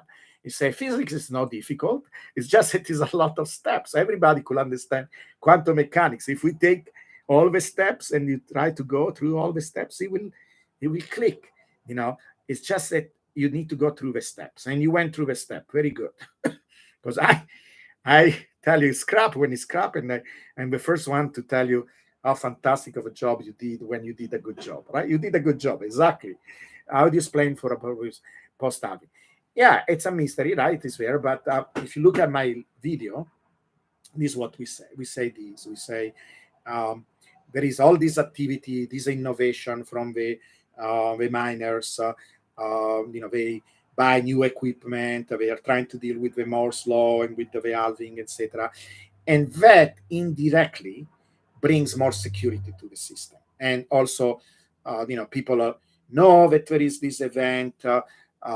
It's a kind of Christmas, like it's Christmas, right? People get excited, they have expectations, etc. So indirectly, maybe there is even an expectation of we are running. I don't know. I don't think many people say, "Hey, we are going to have less Bitcoin now. Let's go and rush." Right? It's people hear about Bitcoin. It's on the news. There is the halving. They celebrate, and they go and buy Bitcoin. Now, there is also the other thing that at that time when I made that video, I was not very interested in liquidity because as you study and you go deeper, you want to include more things, and the picture maybe is not complete. I started to study liquidity, and it's evident there are cycles. They are not the 4-year cycles of Bitcoin, but they do interact with it, right? So, for example, right now there is this famous cycle, the liquidity cycle, that Howell, this guy that studies liquidity, is like a world expert. We even had in one of our shows as a guest, and he has like this 65-month cycle. The Bitcoin one is 48. But you know what?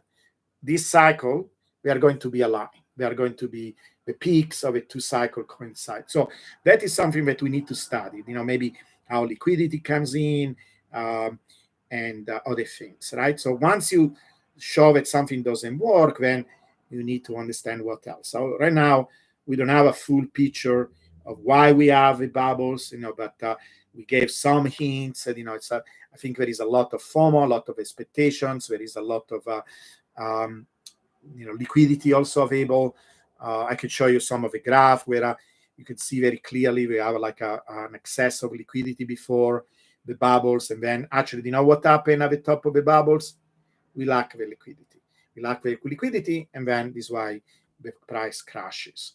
And you can study the data, try to understand, trying to make sense, and you will understand about Bitcoin and about all kinds of interesting things. But I hope through this presentation that you see there is no correlation. There is no correlation. But I can show you other graph. Look, I want to show you this graph, where this graph, the relevance of this graph, I want to show you how small.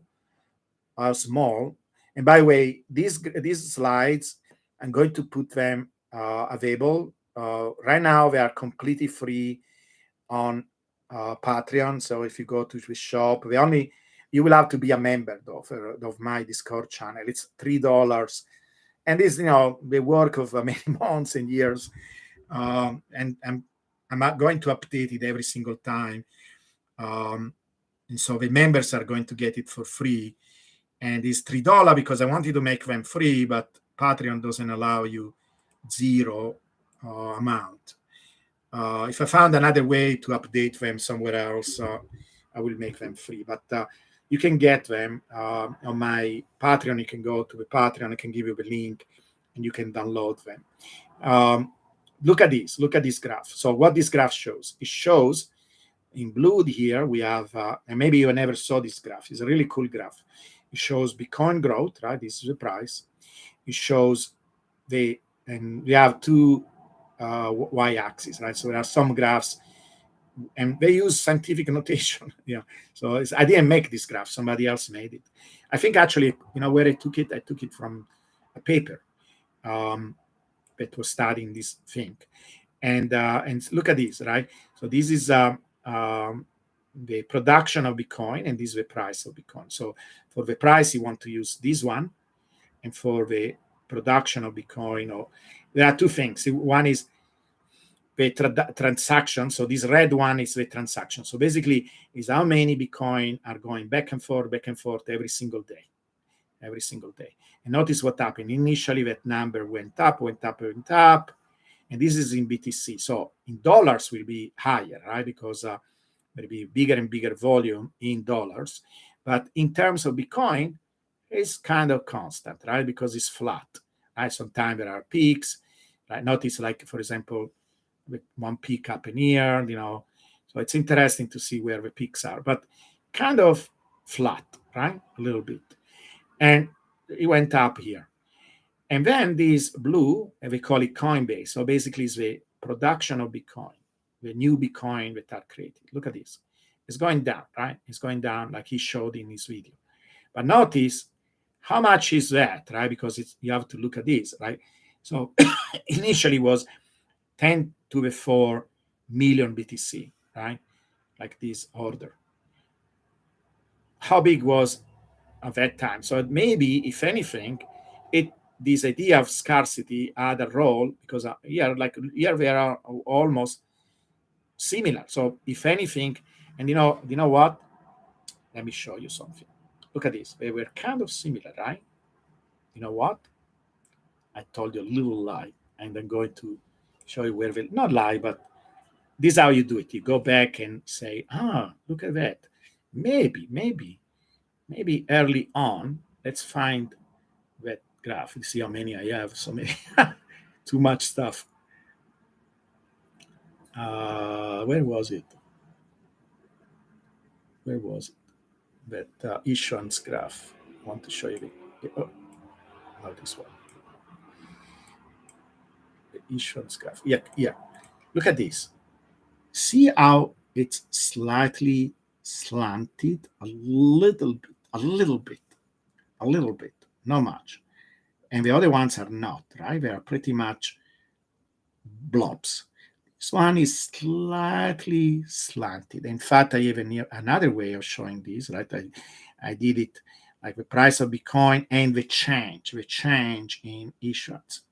Notice we have an excess here. And you see, all these are very small prices. This was before the first halving. So, if anything, this is the exception to the rule. And it showed us when we were in a condition where the issuance was kind of similar to the volume, then yes, there was a slight relationship between a decrease. You see how we decrease. So this actually confirms that this analysis is good, right? Because it's telling us there was a hint of a relationship there. You see what the data, if you look at the data correctly, it tells you the real story, right? So in the beginning, yes, a little bit, not very strong, because I will have expected a much stronger relationship. But here you can see as the change, you see negative change means less, right? So when we had days when we had less coin produced, it tended to be with higher prices. But then you see it stopped. You didn't see that anymore. This was in the early days, and then it stopped. And it makes sense because I just show you that graph where in the beginning the transaction volumes, let's see if we can find it again, the transaction volume and the production were comparable. Now, nowadays, it's thousands of times bigger. So how could it affect? It doesn't. And the data shows it doesn't. See, it's all based on data. It's not based on politics. It's not based on, I want the power law to be true. If somebody came and showed me something cool and new about Bitcoin, I will be the first one to say, wow, I need to revise my understanding. I want to understand. I want to understand what you're talking about. I want to understand Bitcoin. I don't want lies. But you see, the transaction volume started to overwhelm and started to become, right? So right now it's in the order of millions, while this is going down. Now it's more like thousands. And so it's about 1,000 times bigger.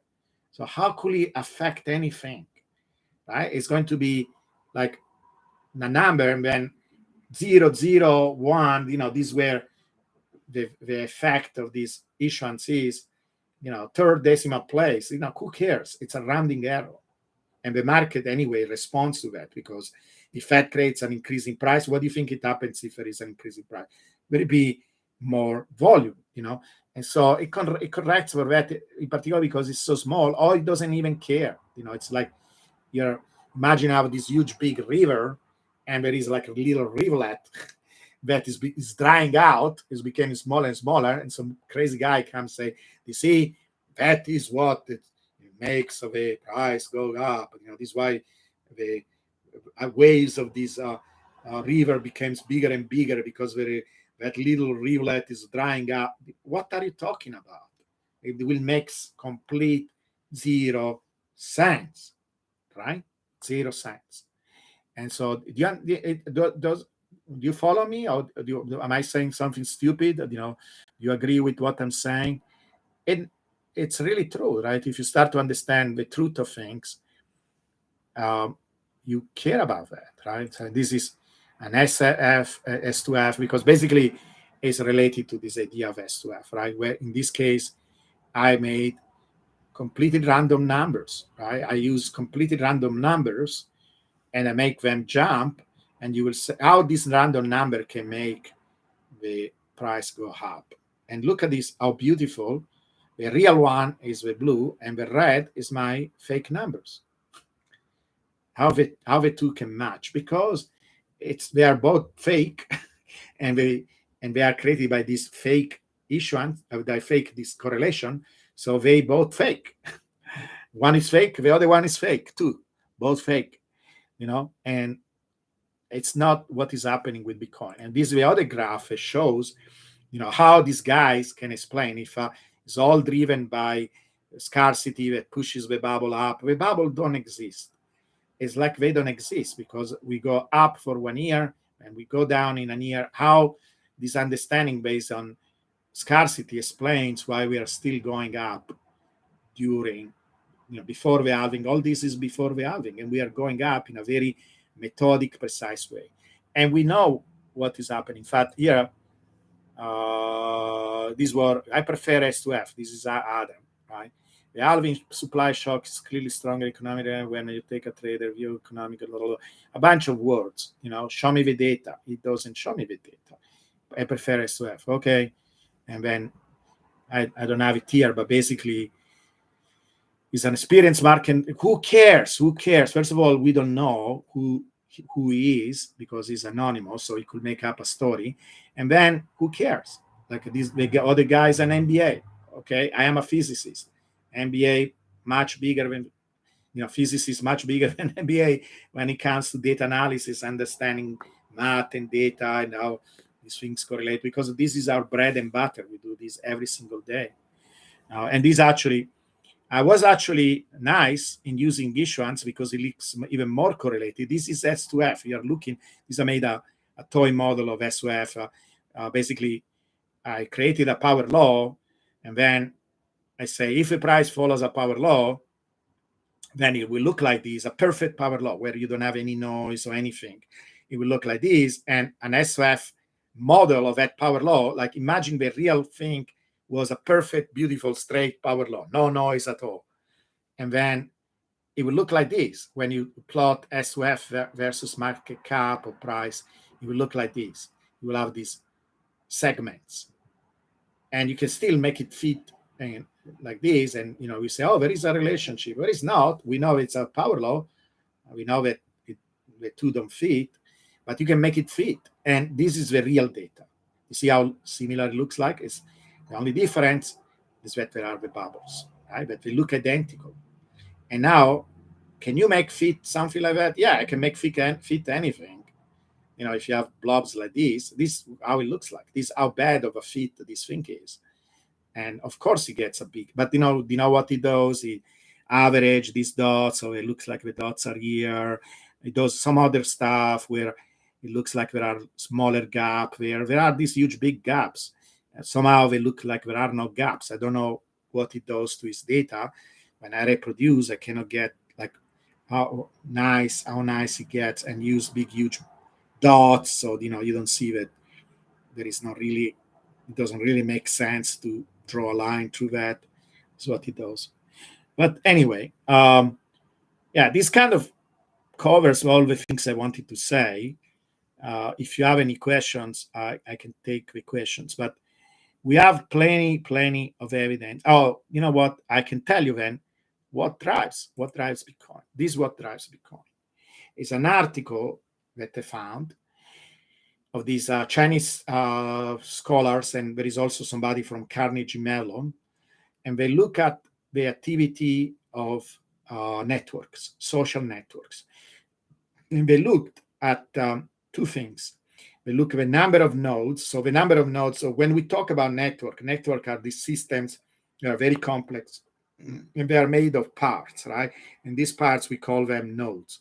They can be computers that are connected with each other. They could be the cells in our body that exchange information. So it's a place where information and other, maybe energy is produced, or maybe, it could be like different power stations, that you connect with each other. It's something is happening there, right? There is a processing information, some decision making.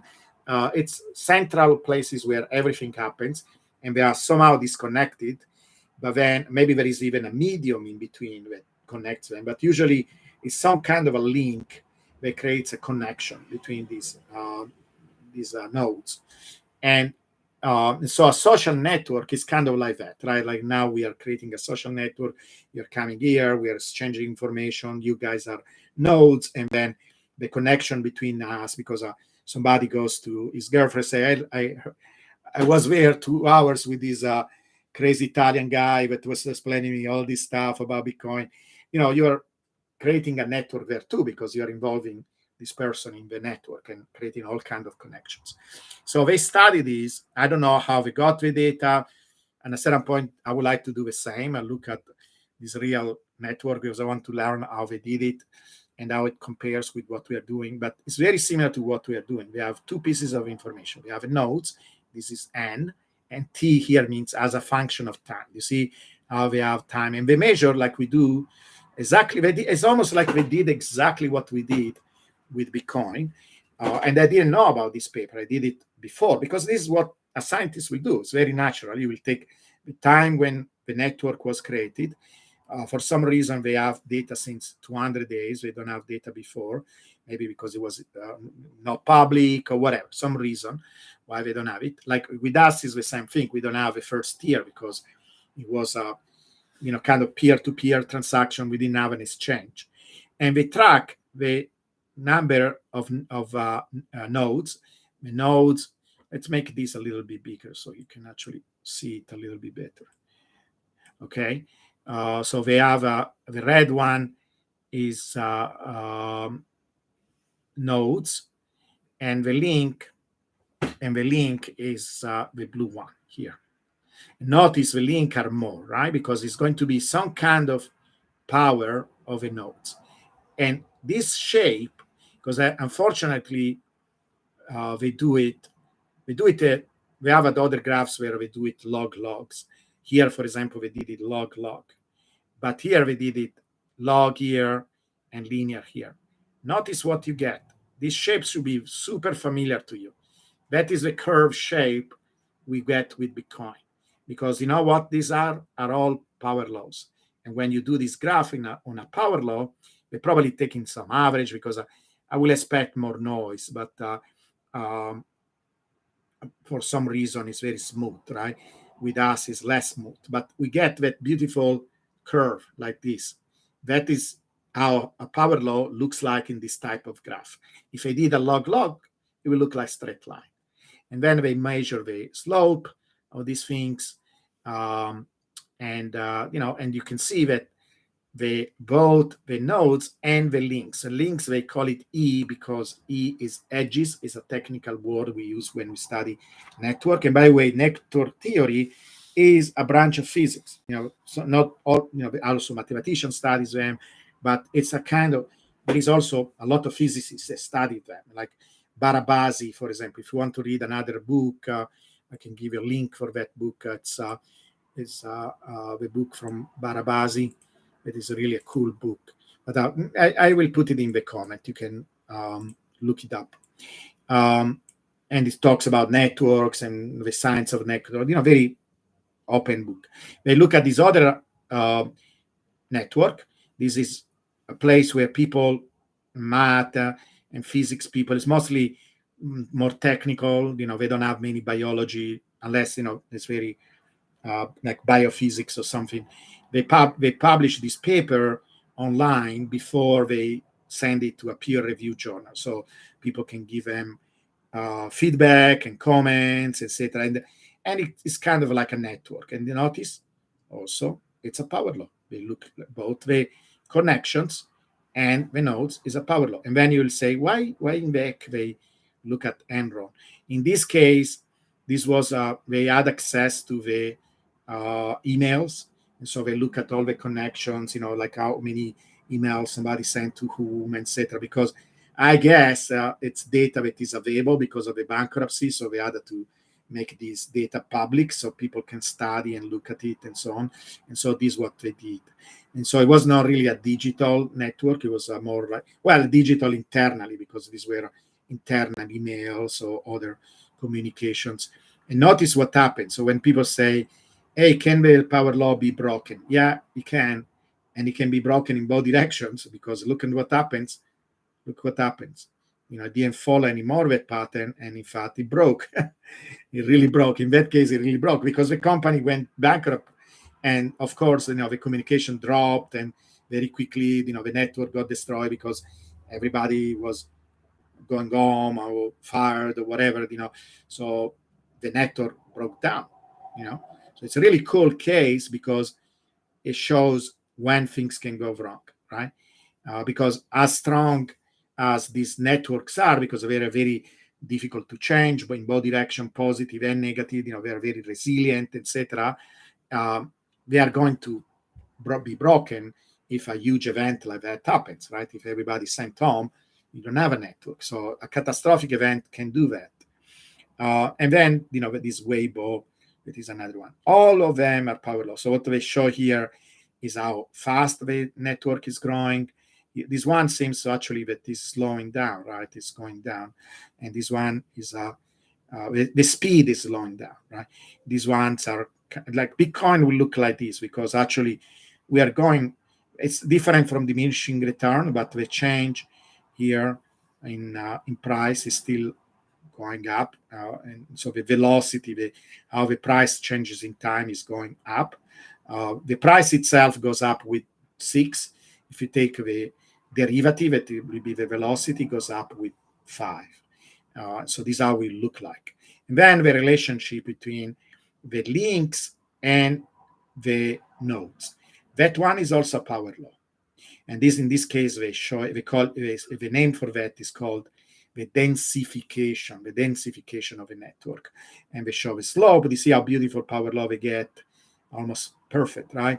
And this is the relationship between the connections and the nodes. What is all this for us? Well, it's this. I'll show you.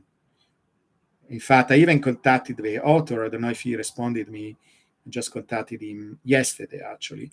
And I asked him if he's interested to talk with me. I want to consult him.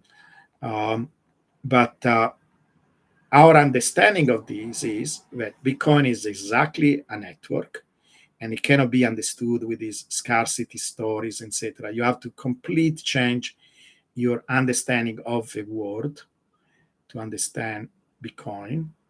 And this is where it is. Okay, this is where it is here. See, this is the equivalent of a nodes, because what is the logic? The logic is addresses are somehow of a proxy for adoption. And people can push back and say, well, but some people creates a lot of addresses, or that person that creates a lot of addresses, it's somebody very active in the network. The network theory doesn't say that everybody needs to. That is a simplification. There are some people that are more active, some people that are less active, and they will going to have different weights, but it's how everything works together that counts. It's like an ecosystem. And you can see people say, oh, Bitcoin follow an S curve. Where? And, I'm moving my hand. Like, what this means in Italian. It means, what are you talking about? What are you talking about? What are you talking about? Where is it? Where is the S? I don't see an S. I see a nice power law. Now, of course, there is some deviation because of the bubbles, etc. But in general, look how beautiful this power law is. It's actually nicer than this one. This is how the addresses are growing. And you say, what about the ETF? Well, the ETFs are like whales. They are. I'll show you in a moment how everybody acts. Everybody. You can take the whales, you can take the dolphins. They are all power laws. You can just take all the addresses for whales, all the addresses for dolphins, all power laws, all power laws. It's all power law down, baby. And this is a network, exactly like these guys did it with real network and show both. In fact, we have another paper that is called Beyond Sigmoid, right? So this Beyond Sigmoid, this is the sigma. Sigma means also ace. This is how the scientific name for this S curve of adoption, that is this one. And Bitcoin doesn't do that. It doesn't do that. So stop repeating the lies. To me, they are lies because, if you studied, and I can, another video, I can explain the consequences. It means that there are all these things happening at Bitcoin at all level. There is not an average. You cannot say, for example, oh, you see how here we are going to reach a peak and then it's going down. There is no such a thing in Bitcoin. We will never have a peak. If we continue like this, we are not going to have a peak of adoption. It's going to do exactly the same thing that Bitcoin did all this time. It's a completely different understanding of how adoption works, of why it works. Also means we don't need to have everybody adopting Bitcoin. We don't have to be stressed that every single person in the world adopts Bitcoin, because that will happen when we have hyper Bitcoinization, and then the nations will make it the legal, the standard, the monetary standard. Then all of a sudden, the story ends. The story ends because another story starts. And in that case, everybody is going to adopt Bitcoin all of a sudden. So it takes some time, but you have to make changes, etc. But that means that we can impact the world because of this non-linear effect of how many of us there are on the price before everybody else adopt it. We need just maybe 10 times more of us or 100 times more of us, and that will be achieved relatively quickly because of this very fast growth in adoption. And it's a power law. So there are a lot of different things that are happening because we're following power laws instead of something else. So, but here, this explains why the price goes up, and it doesn't care about issuance, like nothing. And it follows this power law. It's a power law that is close to 3 in time. The price, this shows, basically this is like their graph where they showed, you remember they had this graph where they did it in the same graph. Maybe at this point they should do it in the same graph too, where you see the power law for the nodes, that the nodes here are the addresses, okay? And then how the addresses impact the price. That is what we call the densification of a network, the relationship between, because for us, price is the nodes. Because according to Metcalfe law says the value of a network, it's not in the number of nodes, but the number of connections. Think about it, right? You have the internet itself, right? The value of the internet itself is not that there are such and such people that use it, but how they connect with each other. The fact that I can go and connect with this guy, and this guy can connect with this, and the two of us can connect with me. That interconnectivity is what really gives the value to this incredible structure that is a network. It's an incredible, beautiful thing, right? The fact we can exchange information, we can learn about each other, we can download videos, all kind of stuff. It happens because there are connections, and that then the price is basically value. Some people say, why are not using market cap? It's the same thing. First of all, the supply is basically constant. And plus, I like to look at direct quantity, what we call observable in science. And so the price and the number of addresses are connected. And you see it's a nice power law. Again, during the bubble, something happens where the price in this case is overvalued relatively to the usual interaction between addresses and price. It goes up, and during the bottom we are undervalued, right? So see, it follows up and down, but in general it's a power law. Because how do you know that it's a power law? Remember, like I told you all the time, when you make a log-log graph, if it looks like a straight line, it's a power law. And if you combine these two things, it basically goes like this. It goes Bitcoiners, the number of Bitcoiners, I think I wrote it somewhere, the number of Bitcoiners to the power of 3 is the price of a value of a system. And given that the system grows with these 3, sorry, I say the number of Bitcoiners goes with the square, right? To make it simple, the square of a number of nodes, right? Basically, this gives us the links. So if you square a number of nodes, gives you the links. That links gives us the price, so it's proportional to the price. And because these links, because the nodes grow with the cube, then you take the cube and you have to square it, right? And when you square these two numbers, look at this. If you square, basically, when you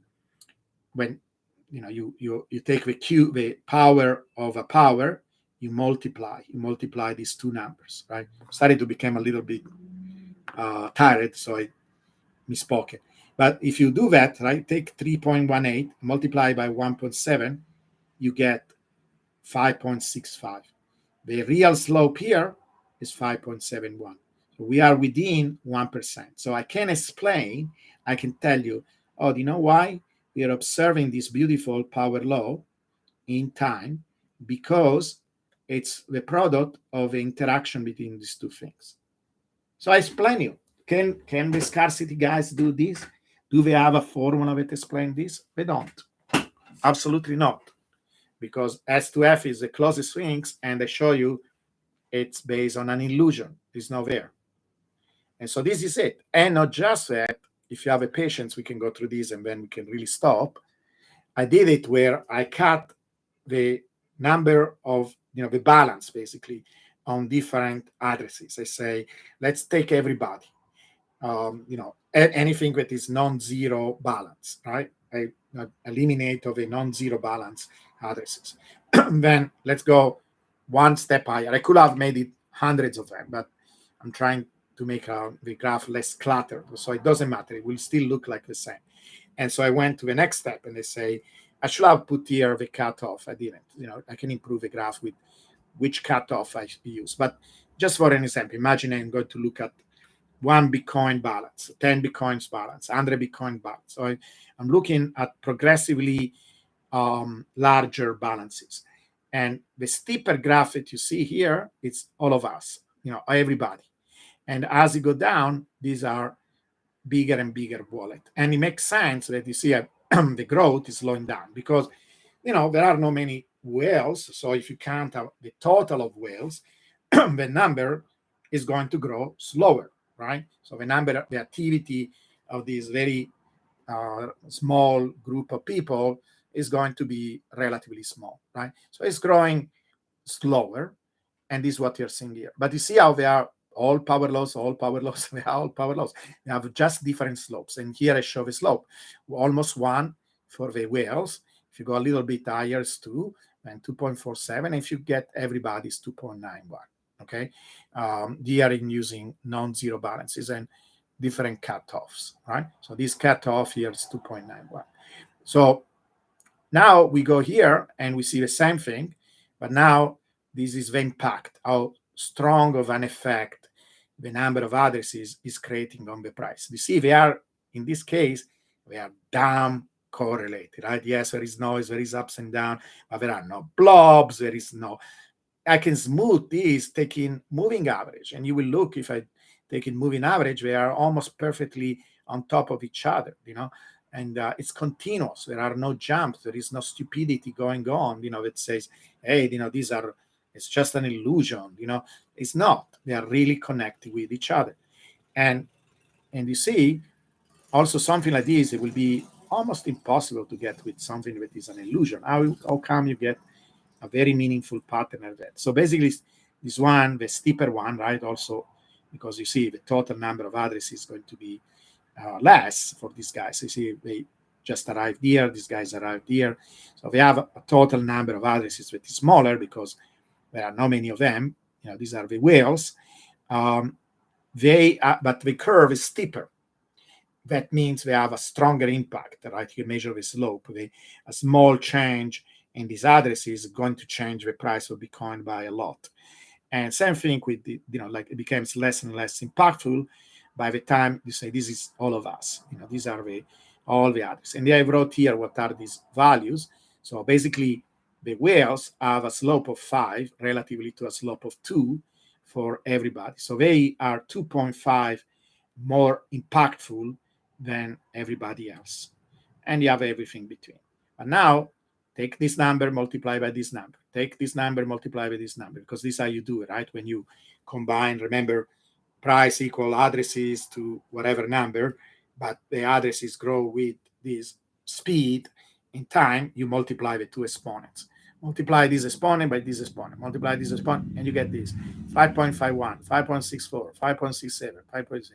And then you can do like as to have those, right? You can say, oh, okay, given there is this relationship between price and time, price and addresses are growing like this, what will I get if a price was only based on the growth of addresses? You will get these red curves. And you see how it does a very good job. It's basically what? It's the power law. It's not like a straight line, because that straight line is like an abstraction. It's a perfect abstraction of what you will expect. But basically, I should have actually drawn the power law so for comparison. It's basically you're getting the power law. And notice how they are all on top of each other. So that means no matter if you're a whale, no matter if you're a shrimp, you're going to impact Bitcoin exactly in the same way. That is a very cool story. Plus, how do you get this if all this was crap, right? It's not. It's the real data, and Bitcoin is telling us a story. And it's a beautiful story. It's 100 times, 1,000 times better than the other story based on scarcity and bullshit, because first of all, it's a true story. The other one is made up. And it has all this intricacy. It has all these interesting properties and all these. You can go deeper. It's a never-ending story where we can explore more and more and more. Okay? So I don't know why people don't adopt it. I don't know why people don't embrace it, why they attack me, they block me, they call me names. I don't get it. I just don't get it. Maybe it doesn't matter if I am in their face, or I am like a bear that is grumbling. I am a bear. I'm a nice guy, actually, in general.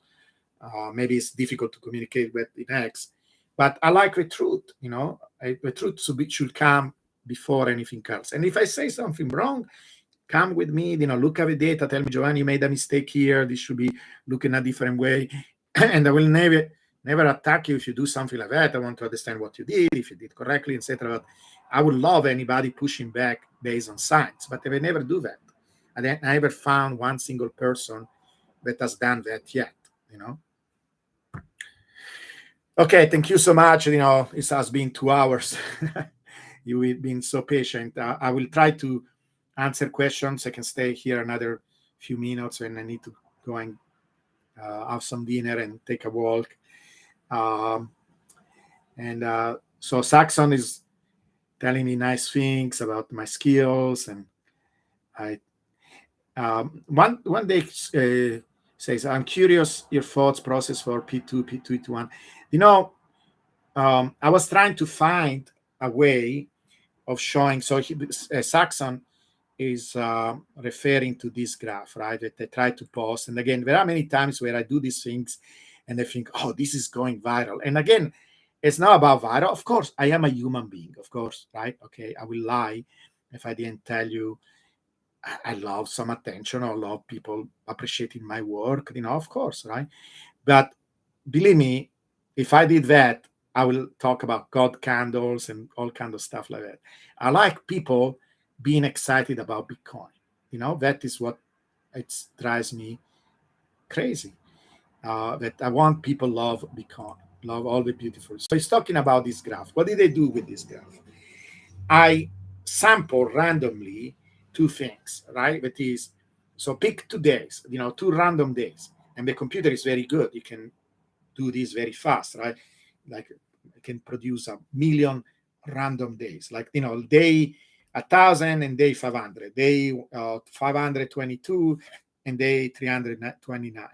And you look at the ratio of time. What does it mean? You take how many days are passed from that day to the Genesis block, because we measure everything in that way, how much time is passed from the creation of Bitcoin, and you divide it, these two numbers, right? And you, like, imagine I have 1,000 and 500, and 500, these two numbers. What is the ratio? Is 2, right? So that means basically you bought Bitcoin day 500 and then you sold it day 1,000. You should not have done it unless you're selling at the peak and then you want to rebuy. That is the only time when you should do that, and just half of it.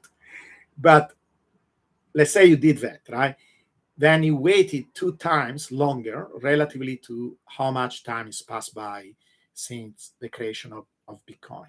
And this is what you see here. And as always, I use scientific notation, but maybe it's putting off some people. But basically, this goes from 1, and by the way, it's symmetric because I'm also allowing basically to go up back in time, where you have a day 500 over day 1,000, right? Maybe I should avoid that and just get this part because it's not really realistic, but it's also trying to show that there is symmetry, that it will not change. It doesn't matter if you go forward in time or backwards in time. So from here to there, you're going backwards in times. And it should be symmetric. It should be there'll be some fuzziness, so it's not perfect symmetric because there is some randomness, but it should look pretty much the same. And then you're looking on the y-axis how the price change, right? So the price at day 1,000 versus the day 500, right? You take the ratio, and basically it's telling you how did you gain, did you lose, and by how much, right? If it is 1.2, means you gain 20%. If it is 1.3, you gain 30%. If it is 0.9, you lost 10%. So that is what these numbers represent. Again, written scientific notation. And I do it over and over and over again. Like you can do it technically a billion times because it's not restricted by the number of days, right? Right now we have about 5,000 days, something like that. But you can do it, you can look at all the possible combinations. So it's going to do these dots. Now, I did draw the line in between, but when my intention was, even if I don't draw a line, they will see that it follows a straight line with all the dots, because there are no bubbles anymore. The bubbles are gone because it's all, you can take a dot, like it will, the fuzziness is due to having bubbles and not following perfectly a power law. I came up with this term. It's a stochastic power law. So it follows a power law in average, right? It's not going to be a perfect power law, like if if you draw it with a computer, is going to be some fuzzy power law. So it's a fuzzy power law, and you can see these. And I show even recently that if you do it with SP500, you don't get that. You don't get that at all. Okay, you get this. You see how collimated and how beautiful of a pattern Bitcoin follows. And this is this idea of scaling variant, and then we can have other meetings like this, right? I will try to have one every Friday. Sometime we can talk about the market. If the market changes today, didn't change. Basically, I was going to repeat kind of the same things. We can talk about the market. We can talk about the theory. You can ask me questions. Maybe we can make them just 1 hour instead of 2. But you see here, I showed. So first of all, I started with the theory, right? Because it's cool to start with the theory and show how it looks like in theory, because this is how you start, right? So I just draw these 2 lines. One is a perfect power law. This is an analog linear where we get the famous curve. You see how this curve looks like this curve is the real curve, is a theoretical curve. And I also draw SP500. The SP500, it's an exponential. And it's, this, again, I didn't draw this line by hand. I had the computer say, look, there is this equation. I wrote the equation, and then draw me this equation. And it draws me a straight line, because in this type of graph, where you have a log here and the price here, it will look like a straight line. And you see this instead looks like this, like Bitcoin. and this the real thing. This Bitcoin, it looks like this. This SP500, it looks like this. Again, it's a simplification, right? A toy model. And when you do this construction that I just told you, right, you do this randomly. Do you understand how it's done?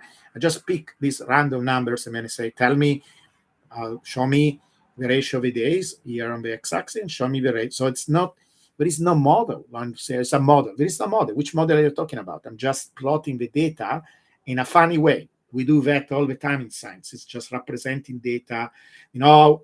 Rational root did the spiral. They did a beautiful graph. On power law. These are called the polar coordinates.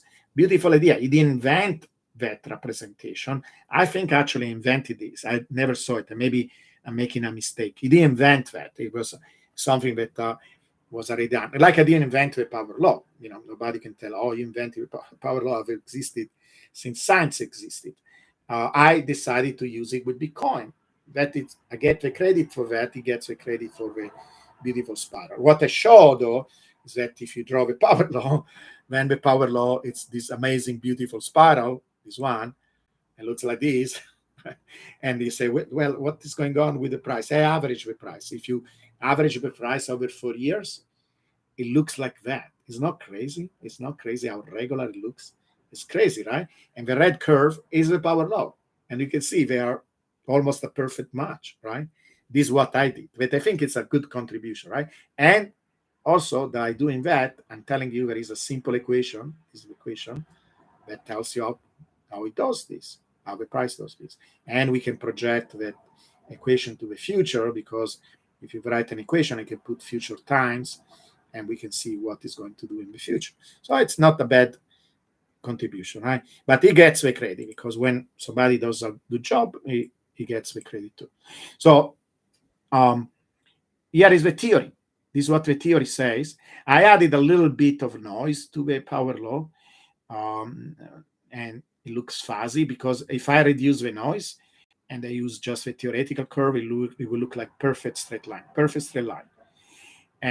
But it's funny, because even without noise, the exponential will look like this kind of butterfly. I don't know how you want to call it, this S curve, fuzzy S curve. It will look like this.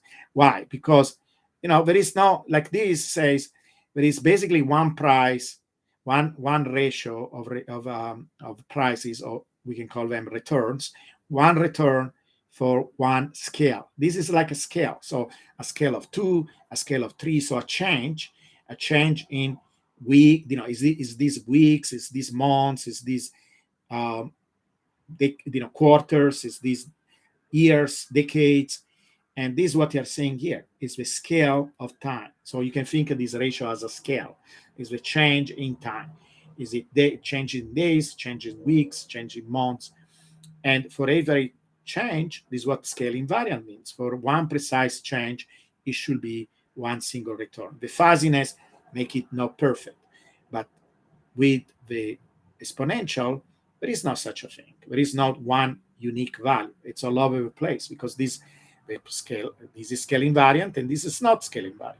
And notice what happened when you use things like SP500 gold. They look like the theory. Yeah? It's not crazy.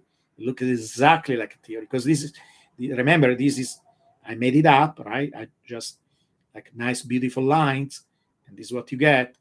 And this is what you get when you take the real data. Look, it's almost perfect match, right? This is actually very, very scientific approach to do it. You first do the theory, show what you're expecting. It's kind of the hypothesis, right? You do an hypothesis. Say, my hypothesis is if SP500 is an exponential, it should look like that. My hypothesis, if Bitcoin is a power law, it should look like that. And look what, right? You cannot deny it. So it's really cool, right? There are so many different ways of looking at these things, where it's really a fascinating story. So I don't understand why more people don't embrace it. And by the way, another time we can spend a little bit more time explaining these, because I posted these, and again, sometimes I think this is going to go viral, and then people don't react. And I had people telling me, "Oh, are you saying that Bitcoin it's a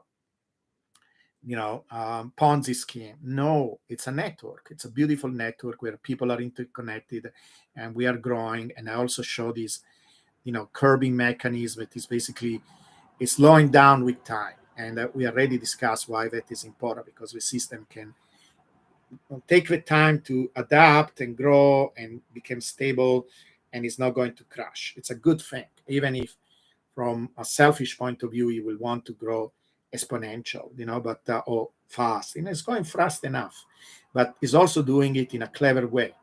And this is, starting with Satoshi. Notice Alfini has like huge big legs, like a little detail that I added there, like trying to be funny.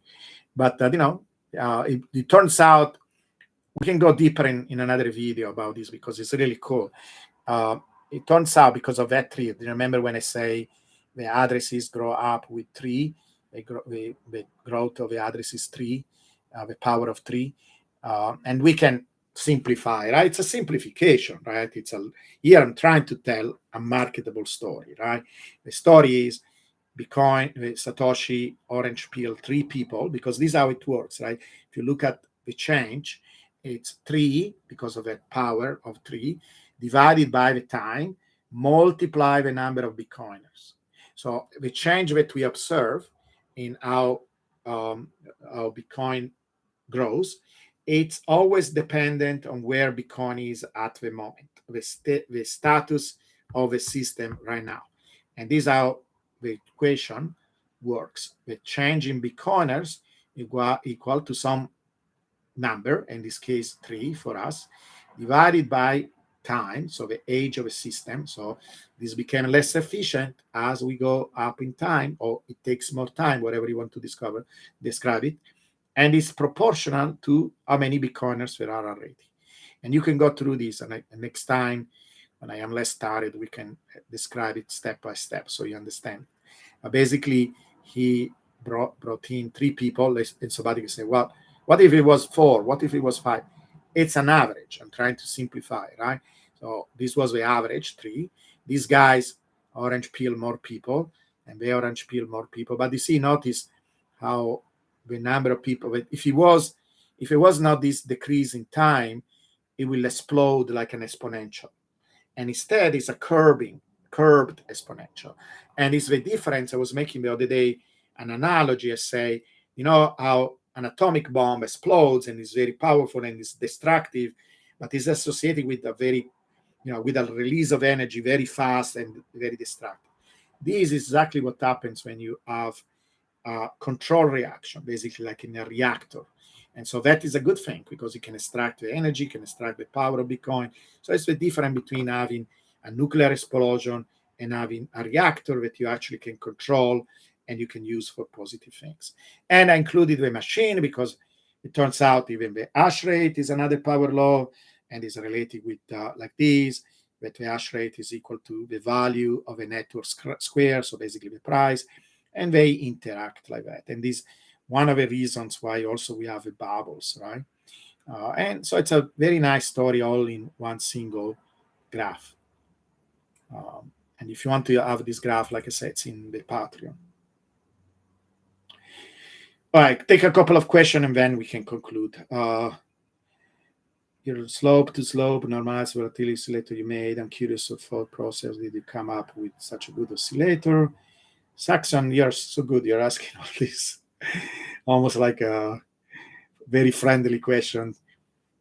I'm trying to do my best. He's talking about an oscillator where basically is and the other people help with that, because we are actually a group and different people are noticing some different things, So there is this there's another explorer of the power law. In fact, I'm going to show you his beautiful graph. I was going in the same direction in the sense that I think I was one of the first people saying, because I wrote an entire article about this, that there is like an exponential decay. I wrote an article where I show, look, if you take the peaks of the bubbles, they go down relatively to the power law like an exponential. and I wrote an entire article. But I excluded the first bubble because I consider it an anomaly. But Smithson Weed is, I think, an electrical engineer or something, very clever guy, and he included the bubble that I refused. And you see, sometimes you have an idea, say, well, I don't want to include this because it's anomaly, and then he included it, and he actually showed that the decay that I already discovered becomes even better, and in fact, it makes it statistically significant. And then I debated with him a little bit in the beginning because I had my reason. But then, if it is a good idea, it's a good idea. You just accept it. Is what a scientist should do. So he makes a really cool graph. So actually, if you are not a follower, go and follow him because he does very good work. Then he added this idea, and I was actually discussing this with him and actually pushing back, and then I kind of said, because he made like a channel. I don't like too much of a channel, he included this exponential decay into a channel. And then I was pushing back that I said, what? Actually, if you want to use that, why don't you use it in an oscillator? But he said that he came up with this idea. It doesn't matter when people work together and they come. You came first. It's silly, okay? But he came up with the same idea. It means that it's good. We are going towards the truth. That is what counts. And so what you can do, you can take that decay. But by the way, why there is a decay like that is so precise with something that should be formal mystery. It's something that needs to be understood and discover what the heck is going on there. Now, is he going to do the same thing for the next bubble? We don't know. But the idea is you can subtract it, right? You can take out that decay, and now all of a sudden, all the spikes are normalized. And so then you can create an oscillator that goes from 0 to 100, and you can use it to almost pinpoint the bubbles. Like you get within few days of where the peak is. It's really, truly amazing. And another graph that I did, this one where I have, the same thing I did it with the price and the time. You can do it now with addresses, hash rate, price, and then you get this one. Same thing, but now you can see how they are all related to each other, right? They are all explaining how they grow, the growth of addresses, the hash rate relate with the price, and you get this three-dimensional power law, fuzzy power law, that shows the connection between all these guys. It's really cool, right? It's a lot of work, but it shows how beautiful Bitcoin is. Yeah, I should get some sleep. I tell every day, let me go to this gym, and then I have a membership and I never use it. I need to do that. How sure you'll be a bull run? Less sure than the power law for sure. The power law is something that I really, really, really think we will go with the power law for the future, unless something dramatic happens. And you know what? If that happens and Bitcoin does that, okay, Bitcoin does that. Then we need to see the power law will be still useful, because then we can measure how far it's going from the power law, how big of a change, when that happened, why it happened. We're still going to study Bitcoin, and maybe we use some other model, because Bitcoin, as a fact, Bitcoin has been a power law 15 years, right? We cannot deny that. We cannot absolutely deny that has been for 15 years a power law, and needs to be understood. If you want to understand how this incredible system works, one of the most important inventions in the world, you have to accept the truth. But could it continue, right? Scale invariants say yes. Could it change, right? We saw what happened with Enron. Something dramatic like that happens to Bitcoin, we could go down. Hopefully, it doesn't happen. If it's broken, hopefully it's broken up, not down. And that will be okay. Maybe there is some reason why Bitcoin did it. Hopefully, it doesn't lead to a collapse, because it could possible that we go up and then we collapse. So let's see, right? But the bubble, they happen 3 times. And if you read my, if you go and watch my video, maybe I can find it for you, but it's basically in the same channel. You can look at the playlist. It's called The Physics of Bitcoin, and will be there. And there are other videos that we made about the power laws, etc. So if you didn't watch them, please watch them. And we have a video about the bubbles, right? And our theories are what I explain. And you can see if it makes sense, it doesn't make sense. But there are a lot of reasons to think that these bubbles are connected with the liquidity cycles. They are connected to this renovation, this almost like basically a social event, like Christmas, where people get excited, there are expectations. So I will be very surprised that there is not a bubble this time. And the timing also seems so regular that, again, why should it change, right? Maybe there is a reason why it happens a certain time. Let's see. That is the right scientific attitude. All what we are doing is, look, it happened 3 times.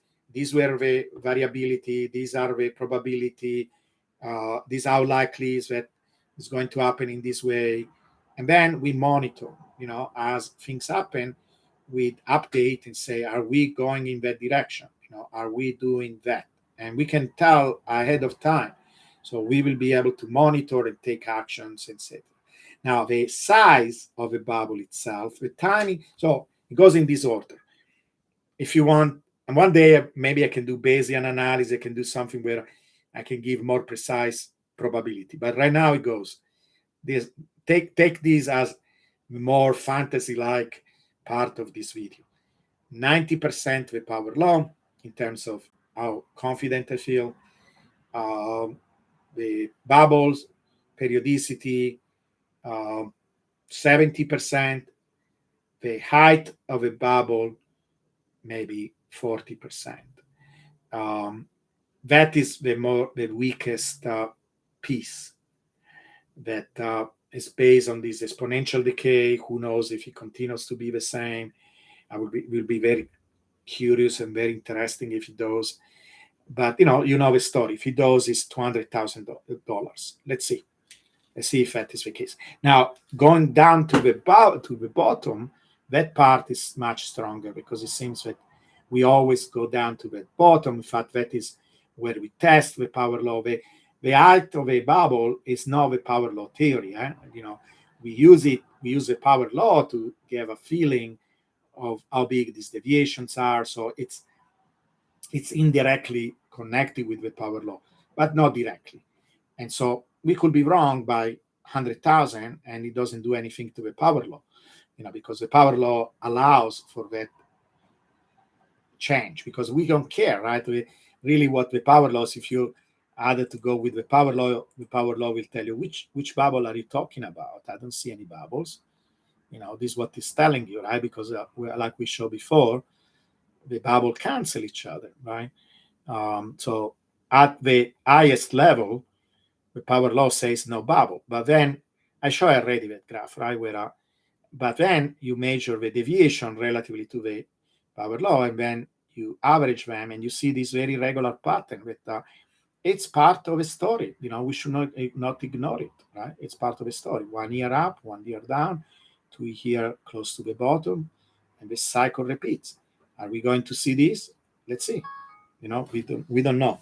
I hope so. I hope all this is true, because then we can use it. We can do some of the things that we are saying. We can do weighted DCA. We're changing of the amount of DCA for the brave. You can maybe sell some of your Bitcoin and take some gains, and then don't spend it. Don't do stupid things. Rebuy Bitcoin when the price becomes better.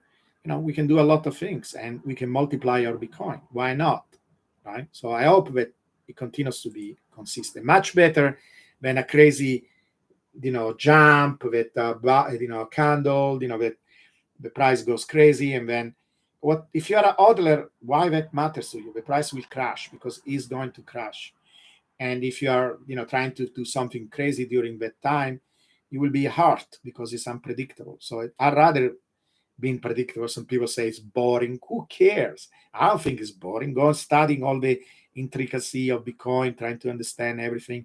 I get a lot of entertainment every day in understanding Bitcoin. It's boring for childish minds, people that are very childish, very superficial. Maybe they should do something else. Okay, now the question of front running. Okay, that one I still debating myself, but I will say this. Okay, see if this argument makes sense.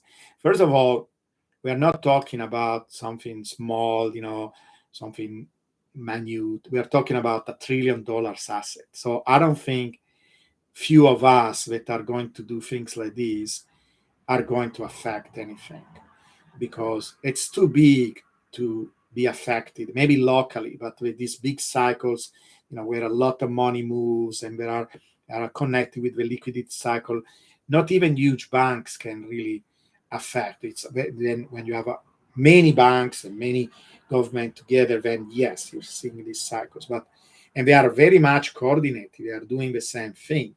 If there is somebody odd that does something else, it will not be going well for them.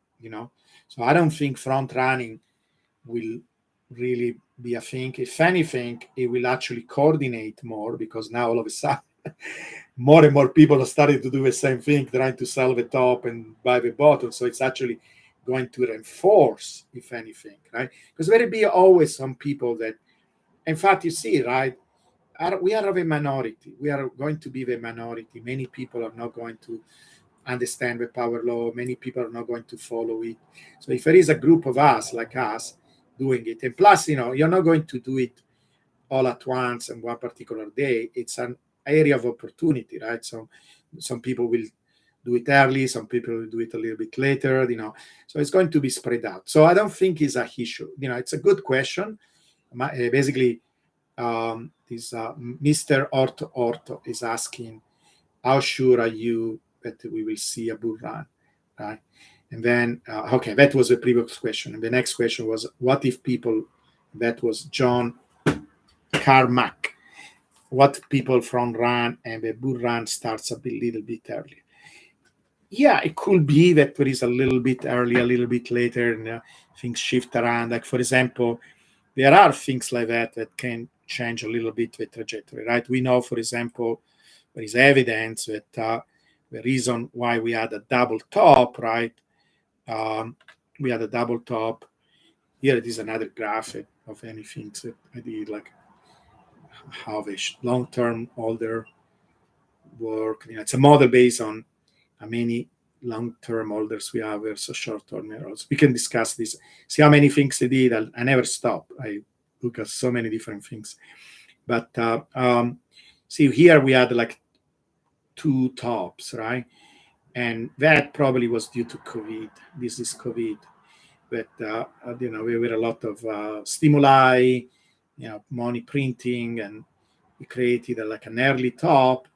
Then Bitcoin say, hey, I need to have my usual top where it usually is, and so it happened here. Right? So it's possible that we have local things like this. We had even a double top there in a sense. But in general, the patterns are so clear, right? You will know, and Bitcoin is the only thing in all the asset in the world that is so predictable, so precise, so coherent, and it's great, And this story about scarcity is BS. I'm sorry. Yeah, I can't believe Plan B is still pushing SOF. What I cannot believe, that he has 2 million people still following him, and we have all these crazy, almost fanatic people believing fairy tales, right? If he had anything, and they refuse to understand, because they for sure are not coming here and watching this video or watching any video that I made about S2F, trying to understand. I would want to understand. I would want to understand. Why should I follow something that is based on a lie? I will want it. Doesn't matter how good, the opium is. Okay, this is very good. The opium, at least with opium, with something that is a drug, you have a little bit of a high. I don't know. Do they get high when we look at these charts? Maybe that is what that does to them. I don't know. And LOL is asking, since the transaction volume BTC has been relatively flat, Will that reinforce the idea that faster, bigger blocks should not matter? Um, yeah, but it's a different issue, right? We are talking about using, if I understand your question, using Bitcoin as a mean of transaction, like people doing daily buying, etc. So this is where the concern comes from when people debate that. But people are solving that problem with um, layer two, right? We are trying to find ways of using the layer one of Bitcoin to settle the transactions. Then, if you have a small transactions, then on a daily basis, you can use this layer two. But yeah, it's curious that the volume has been constant. There are so many things to explore and understand. So I don't see why it's boring. It's so fascinating. And that is one of the things why the volume stays more or less constant in Bitcoin, right? What that means, and is it going to change with the ETFs?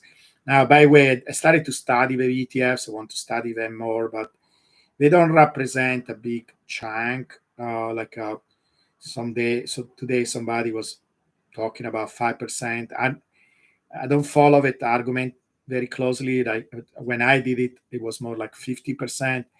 But they still, what I did was showing that the type of volume that you need, the type of inflow that we need to make a huge, big difference. And this is another graph that is interesting.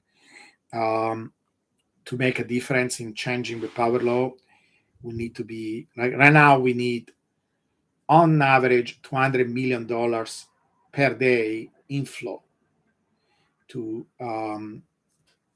actually continue on the power law.